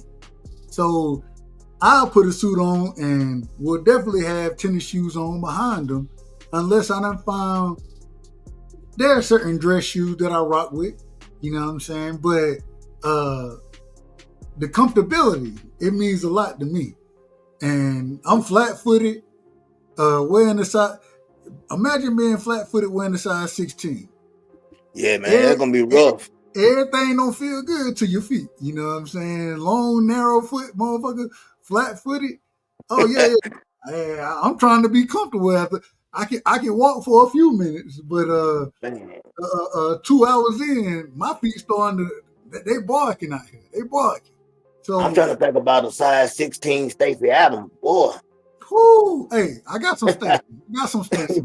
And get what? They still ain't comfortable. They ain't comfortable. I got 3 pairs.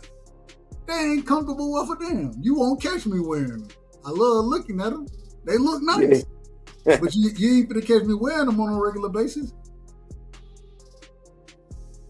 Man. I think I'm at 952. 900. So you 952 pair of shoes? Yeah. Security. Where's security at, man? Somebody come in and arrest this brother. 950 pair. Right. That's a lot of shoes. You know, it was crazy. I had a sneaker collection before I went to prison, and the girl that I was with sold every pair of them. Got all the money out the way, huh? Yes, that was about about 400 or 500. Every pair, got rid of them. Oh, so she came. Hey, she came out good on the other side. Respect. Yeah, she definitely she came out good. So let me ask this. And last question about shoes. Last question. When you look at, and I know you say you ain't gotta wear them all. Let me ask this. When it come down to who the shoe is made by, is that more important, or is the style of the shoe more important? I know the style of the shoe. Like those Dion's came out. The Baltimore Ravens. Like I love those. The Barclays, the Penny Foam composites, the first ones, the blue and black ones. Shout out to Penny. Love those. You know what I'm saying? Like it just depends on, you know what I'm saying, the way the shoe is made, the style of the sneaker. Okay. So now we got to get into some boxing, man. We got to get into a little boxing because, you know, we talk boxing around here. You talk boxing just as well as I do. We got to start with my brother, man. Shout out to Mark Nash once again. Was over in Japan filming, being the film guy, you know what I'm saying, for Junior. The media guy for Junior. When Senior fought Hackett, you know what I'm saying? Shout out to Greg Hackett, shout out to Senior.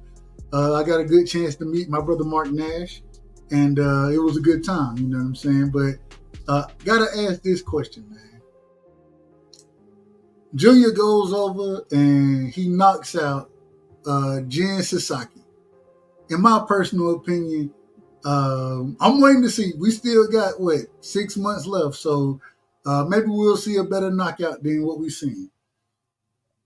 Was that knockout of the year so far? Was that knockout of the year for you?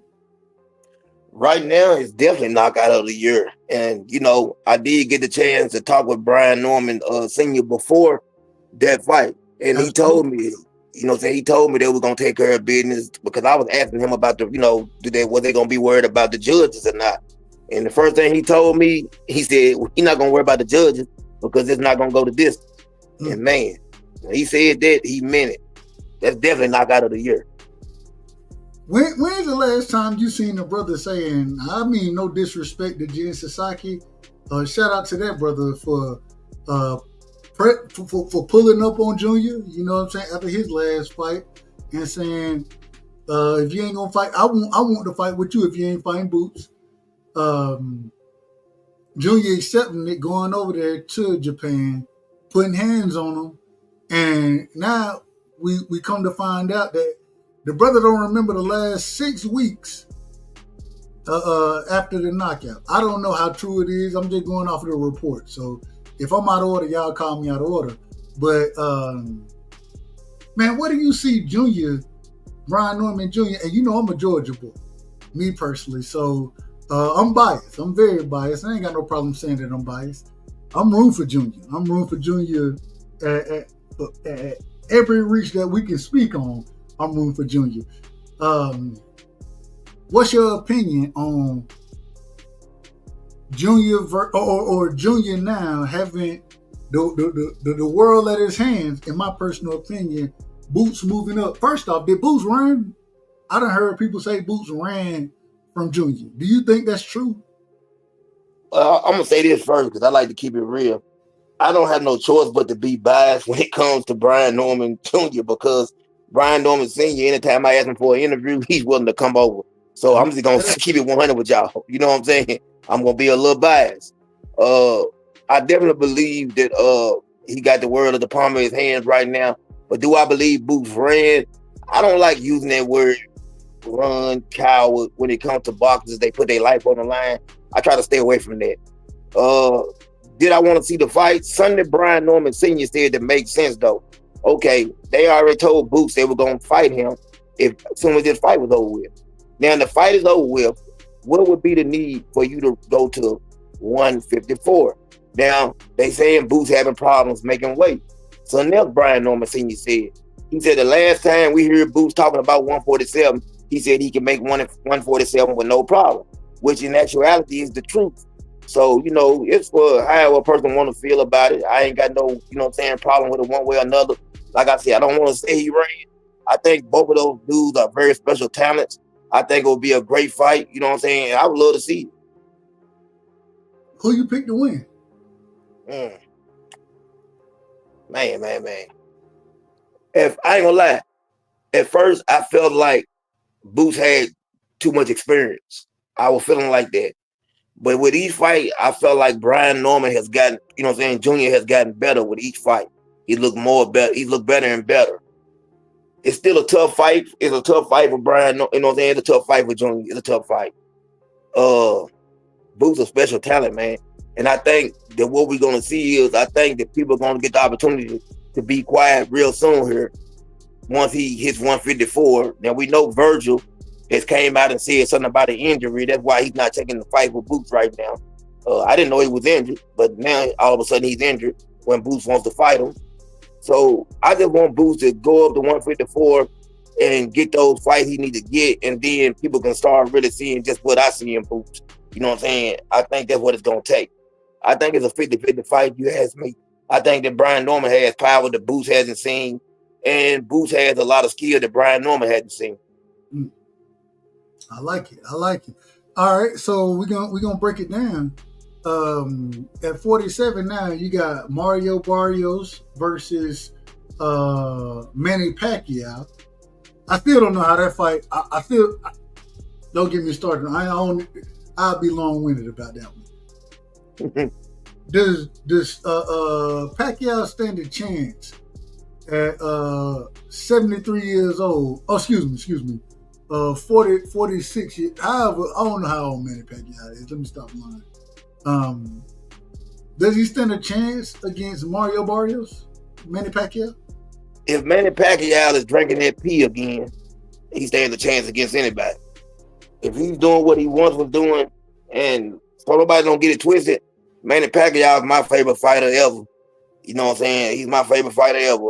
As far as the lower weight classes go, the lower weight classes down there, he's in this era right here, past era of fighters. I don't know, man. He looked bad in that exhibition fight. Maybe he wasn't in shape. Maybe he didn't take it seriously. Mario Barrios, it don't take a lot to beat Mario Barrios. It just takes, you got to have a little skill. If Manny Pacquiao has anything left in the tank, he has a chance. But that whole division now, if Boots is gone from that division, Brian Norman becomes Jr. becomes undisputed with no problem, if you ask me. We watched Bill Haney come out and talk with Senior, and they agreed. They agreed that fight could be next, right? Devin versus Junior. Now all of a sudden it seems like that fight is no longer on the table. I think, and I haven't heard it. I can only go off of what people said was said on the Boxing Voice. I'll go back and listen to it one day. Me personally, I try my best just to have my own opinion. And yeah, I love to hear the opinions of others on other shows, but I always say that I think I can draw my own opinion. They came out and said that Brian Norman Jr., that his manager, I don't know the manager name, so I might be out of order here, but said that he's going to be on vacation and he waiting for the winner of Manny Pacquiao versus Mario Barrios. Are you interested in that fight? The winner of Manny Pacquiao versus Mario Barrios against Junior? Yeah, because it gets him, a little bit closer to being undisputed. So, you know what I'm saying? The undisputed is a big thing, even though you got fighters nowadays that try to say the belts don't matter. It still helps your resume, you know what I'm saying? So, and it's still a good look on your legacy. So I'm definitely interested. I think I wanted to see him and Devin Haney, but if he's waiting on that fight and he actually does get that fight, then I have no problem with it. I ain't got no problem. Who wins? Pacquiao or Barrios? Oh man, I want to say Manny's old. I love Manny Pacquiao. I'm gonna pick him on the strength that he was my favorite fighter. I'm not certain. I put it that way, but I'm just gonna pick Manny Pacquiao. Don't nobody quote me on it. We ain't gonna hold you to the fire on that one. The fire on that. I'm just asking the question. All right. So, also in that division, you know what I'm saying? Since it seems like Boots is going to be dropping the titles up there. I believe he was the IBF champion and the WBA champion. No. I know he was the IBF. He had two belts up there. He had the ring. I don't really count the ring as a championship. Yeah. He had the ring and he had definitely the IBF, but he also had another belt, did he not? WBA? Yeah, he had another belt. Was it WBA or WBC? Which one was it? I think it was the WBA. Okay, all right. Hey, shout out to my brother Paid in Full. You know what I'm saying? So Paid is saying he had the IBF and the WBA. Okay. Now that those belts are going to be dropped, Junior is the WBO champion. Barrios, the WBC champion, and he's fighting against Manny Pacquiao for that. Who do you think falls in line and picks up those two titles as far as the IBF and the WBA at 147? I don't know, but what I was hoping would happen, to be honest with you, is what we've seen them do a few times in the past, where they say, well, if Mario, just say for instance, Mario or Manny win and they fight Brian Norman Jr., why don't they go ahead and take those belts and make it all for undisputed? I don't know if they can. I don't think they can do. I'm not sure if they can do that. They've took a belt before that's been vacant and put it on the line when two champions have fought before. You're going to have to let me know when. I don't know if there's a... Yeah. I'm trying to go back to my mind, but it's happened before. I'm trying to think of who it's happened to. Like where it's been a vacant belt. I'll have to go back and look it up. But it's happened before where a title has been vacant and they've added into the fold. The two champions fight. Well, it ain't been. Tell somebody to look it up. Hey, y'all look that up, man. Y'all look up when they taking a belt and allow that to be a part of a unification when as far as a vacant belt has. Yeah, make sure I'm right. I don't know. I can't say yay or nay on that one. I ain't gonna lie. Yeah, I could be wrong, but I thought it happened before. I could be wrong now. I want to ask about some upcoming fights as well, though. We watched this past weekend Canelo Alvarez versus Bud Crawford. They had their opening press conference. You know what I'm saying? They was in there eating with turkey. We know that this fight is going to be happening, I believe, in September. Who win that fight? Well, I was leaning towards Canelo for a long time, but recently I started saying this right here. What I didn't like was, and I don't like is, we've seen how Ryan Garner beat Teofimo Lopez. We see what they think about us. I'm talking about black people. We see how they feel about us. And as I was watching Bud on the stage and all I heard was people hollering Mexico, Mexico, Mexico, I started feeling like, man, listen, we got to get, with Bud the same way they back in Canelo. Canelo got a whole country, and Bud has done enough to garner and, have our respect. So at the end of the day, I'm picking Terrence Bud Crawford, and I'm going with Bud.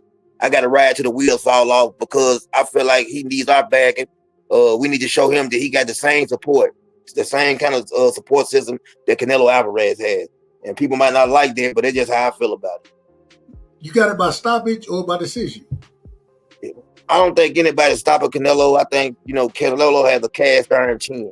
The last time Canelo was hurt was back against Miguel Cotto brother. And I feel like that had more to do with him being drained and trying to come down to 147 pounds than anything.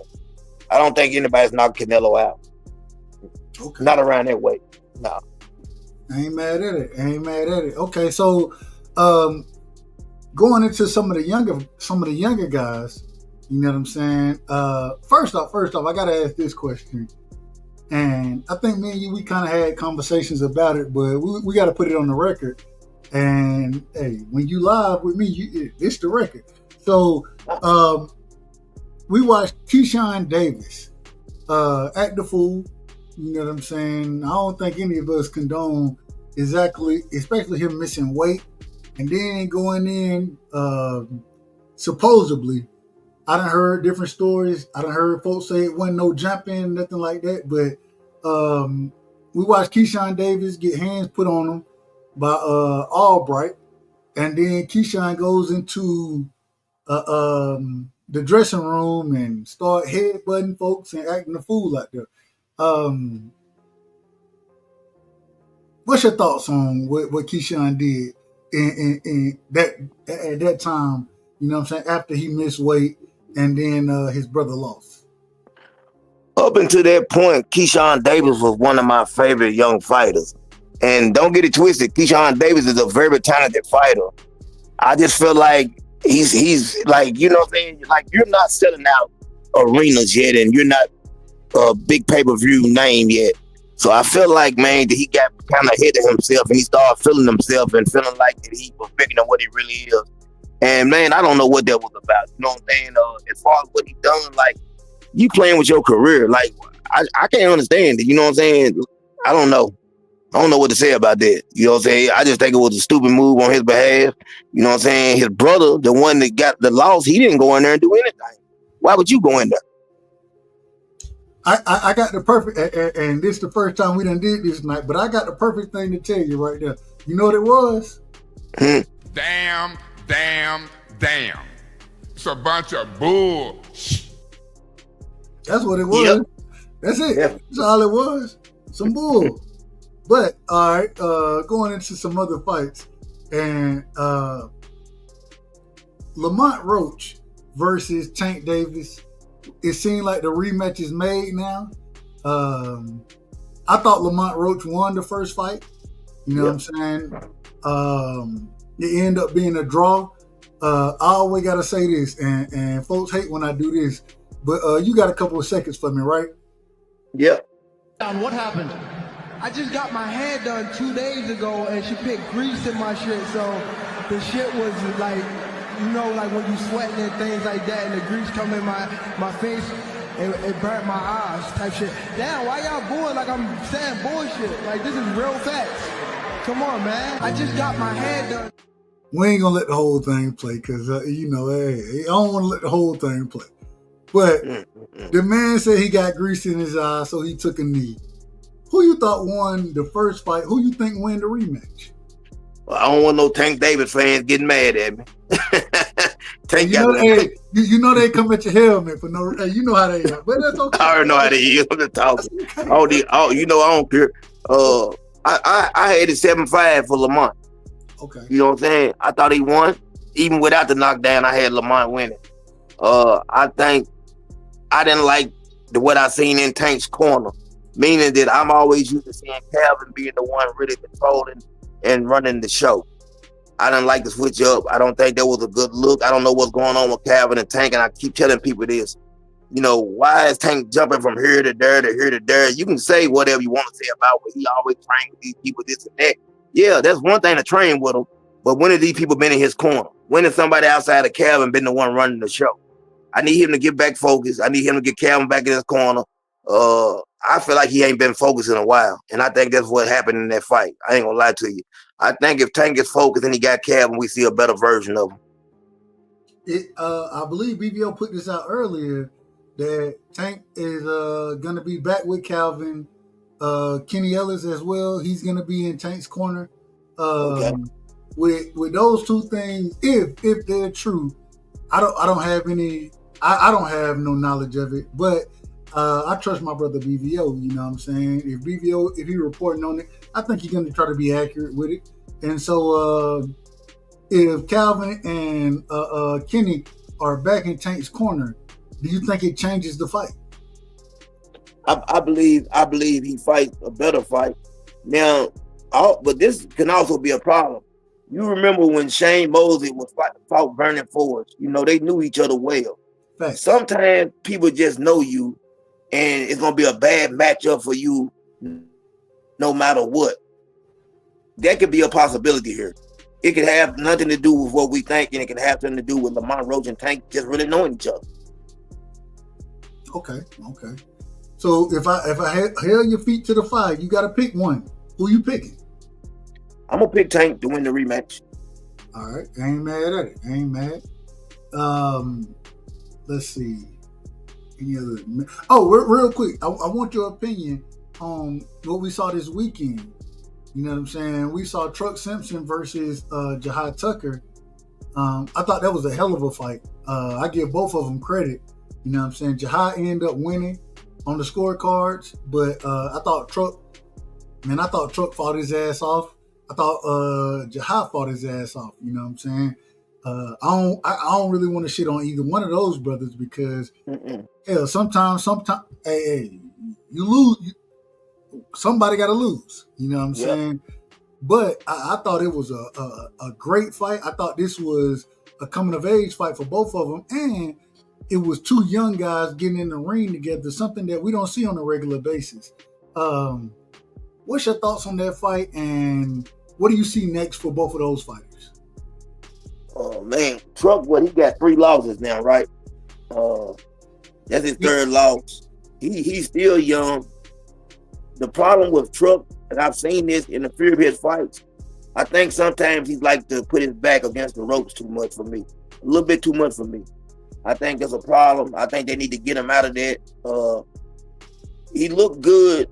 I think he had problems with what's his name? I can't pronounce it. Jihad Tucker. Jihad Tucker. He has he moves like he has an awkward type of move and an awkward style. And I think the Truck really struggled with that. You know what I'm saying? I don't want to take nothing from either fighter. Both of them done great. If Truck continues to fight like that, I think he'll get better. But right now with 3 losses, you know what I'm saying? Hey, you can end up being a gatekeeper, journeyman, or whatever.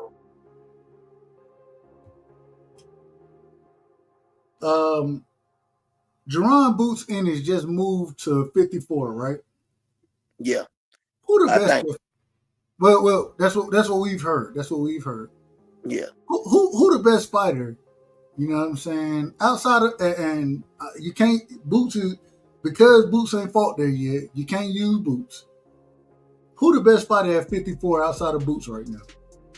Man, what's the one guy name? Not Fondora. Definitely not him. Not Virgil. You talking about the guy who fought the Australian Tim Zoo or Yeah. Madrimov. No, not him. I'm talking about the guy that fought Murtazaliev. Excuse me, Murtazaliev. Say him. Say it again. He the one that just beat Tim Zoo to death. Yeah, that was Murtazaliev. Yeah. You think he the best?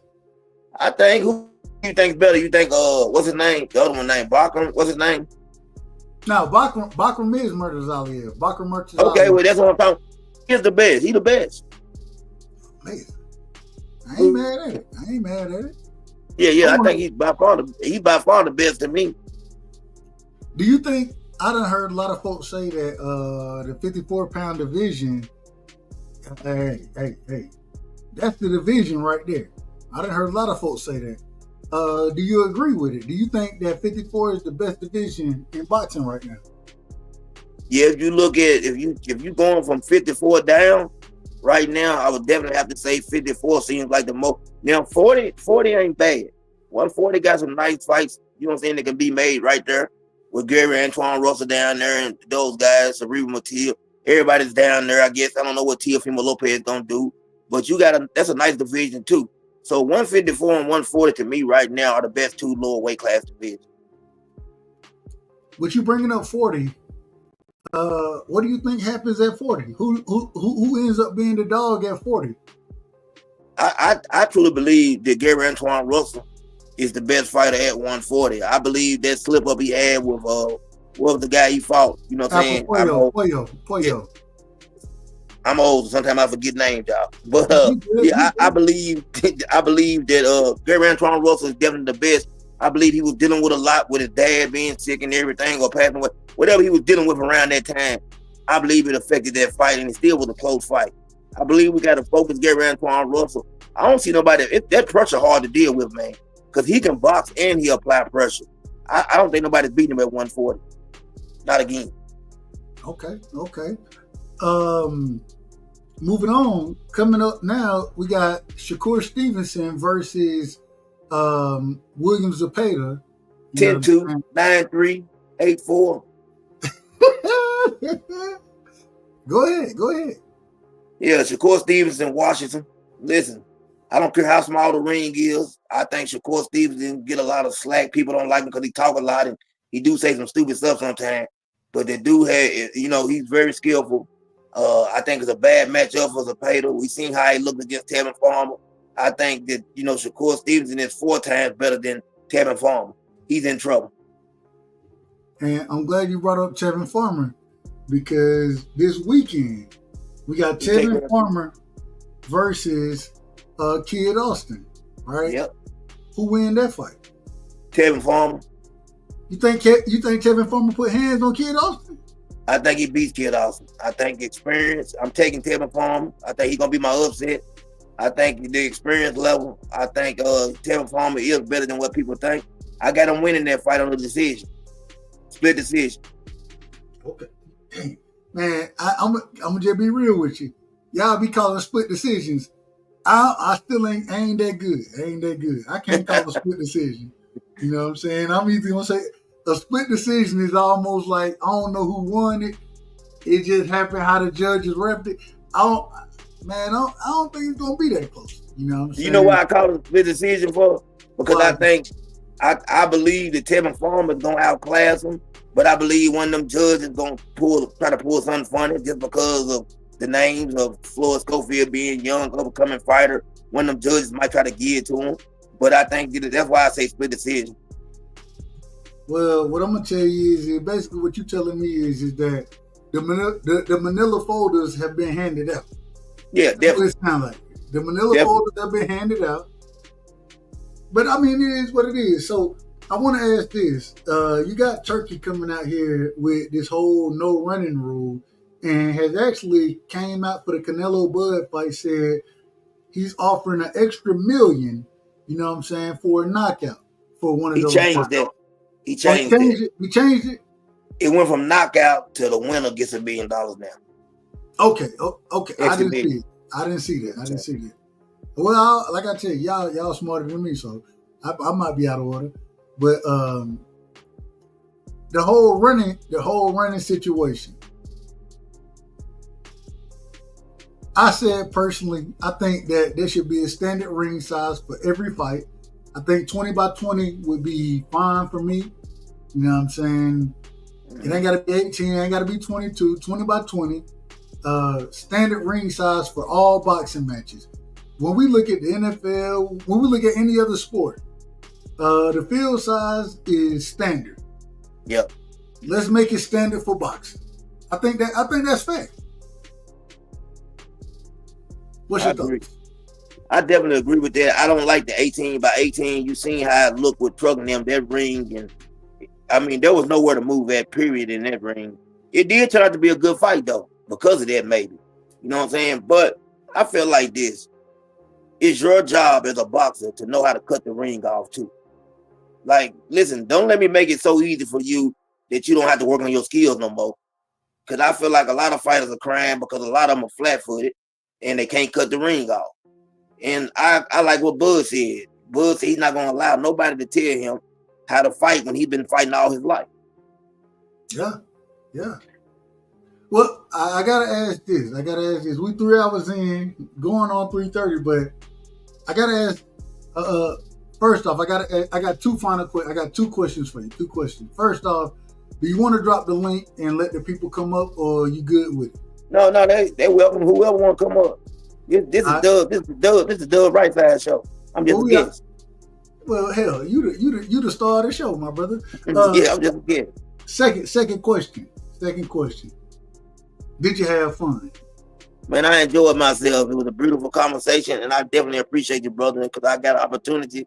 Like I say, anytime I'm talking for my Lord and Savior, and I love, you know what I'm saying, being able to acknowledge him and let people know how I feel about it. I ain't mad at it, and I'm glad that you stood on your square. You know what I'm saying? We done talked, man. We done talked everything. I know a different CDK now. I ain't gonna lie to you. I know a different CDK. We'll drop the link real quick. If anybody feel like pulling up to ask any questions, y'all feel free to. Some type of way, I still got questions. Errol Spence. I gotta ask you about Errol Spence. I'm sick of him. Hold on, wait a minute. Do you want to see him come back after he took a brutal beat down against Bud? Some folks say that wasn't EJ, you know what I'm saying? Other folks tell me that well, I mean, I done heard all type of things. I just said he got his ass whooped. That's all I can say. Yeah. Man. I ain't gonna make no excuses for him. I'm just gonna say this. He lost. I'm gonna put it that way. He cost me a pair of brand new Jordans. I had to jump in the pool. I was out in Vegas. I jumped in the pool with my Jordans on because I made a bet. Yeah. In the video number tell you.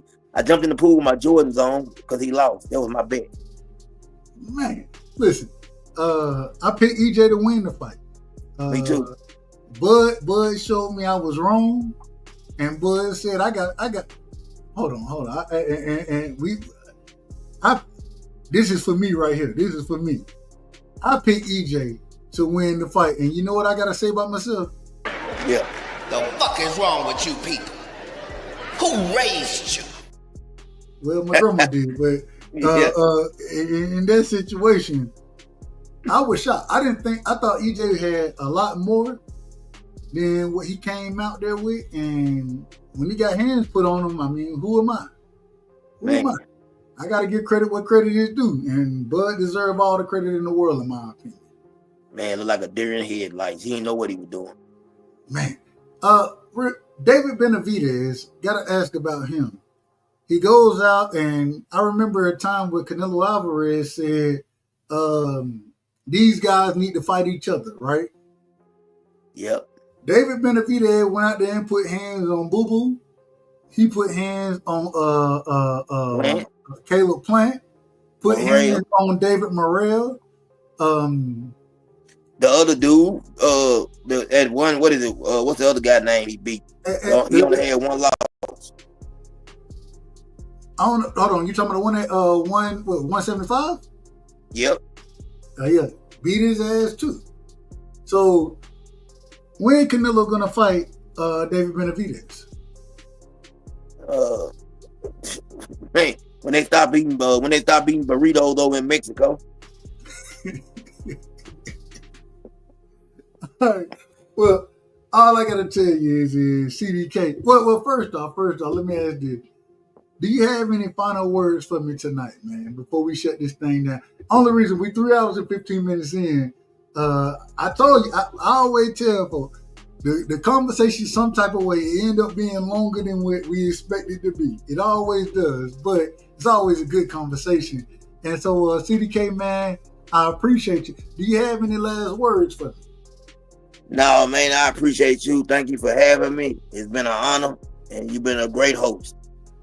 Now I gotta tell you, we gotta come back for another session because I'm gonna go back and chop this interview up. I'm gonna listen and I'm probably gonna have different questions moving forward. But just know, man, you're welcome over here all the time, and let the people know what you got going on, where they can find you, and man, give me your rundown on what you got going on. Man, y'all know what it is. Listen, CDK Sports Talk Network. Come over anytime. I'm trying to get back really focused on doing interviews, so I'm gonna try to line some stuff up, and definitely I'm gonna start having a bunch of interviews. That's what I love to do, talk to people, do this type of motion. So y'all come over to my channel, check out my interviews that I already have if you haven't, and I appreciate everybody.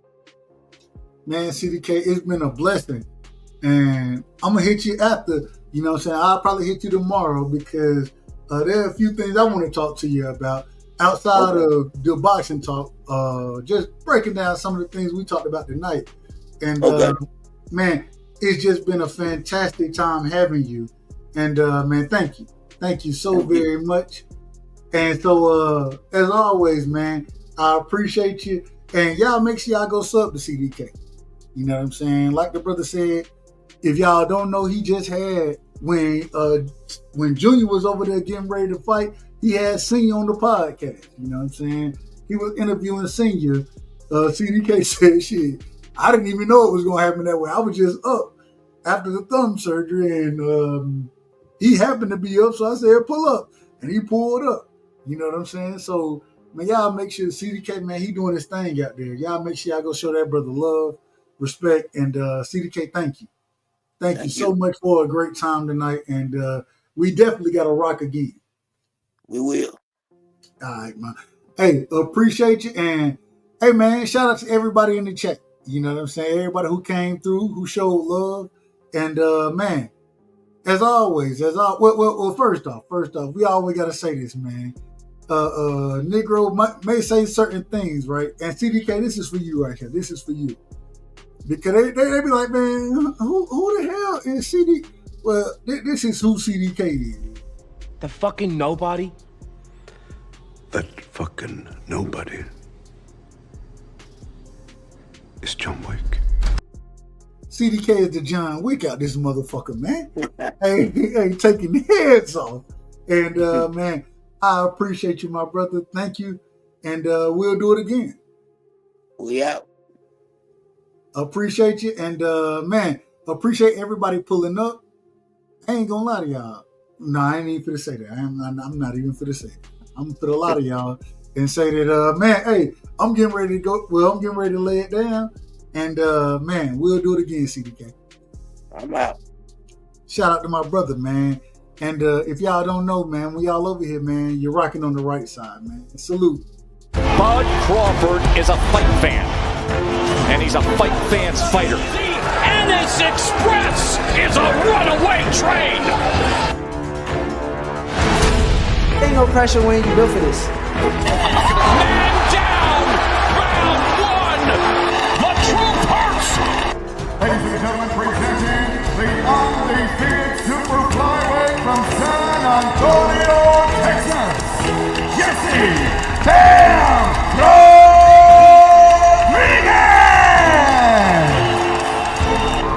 The universally recognized undisputed lightweight champion of the world, Devin the Dream Ladies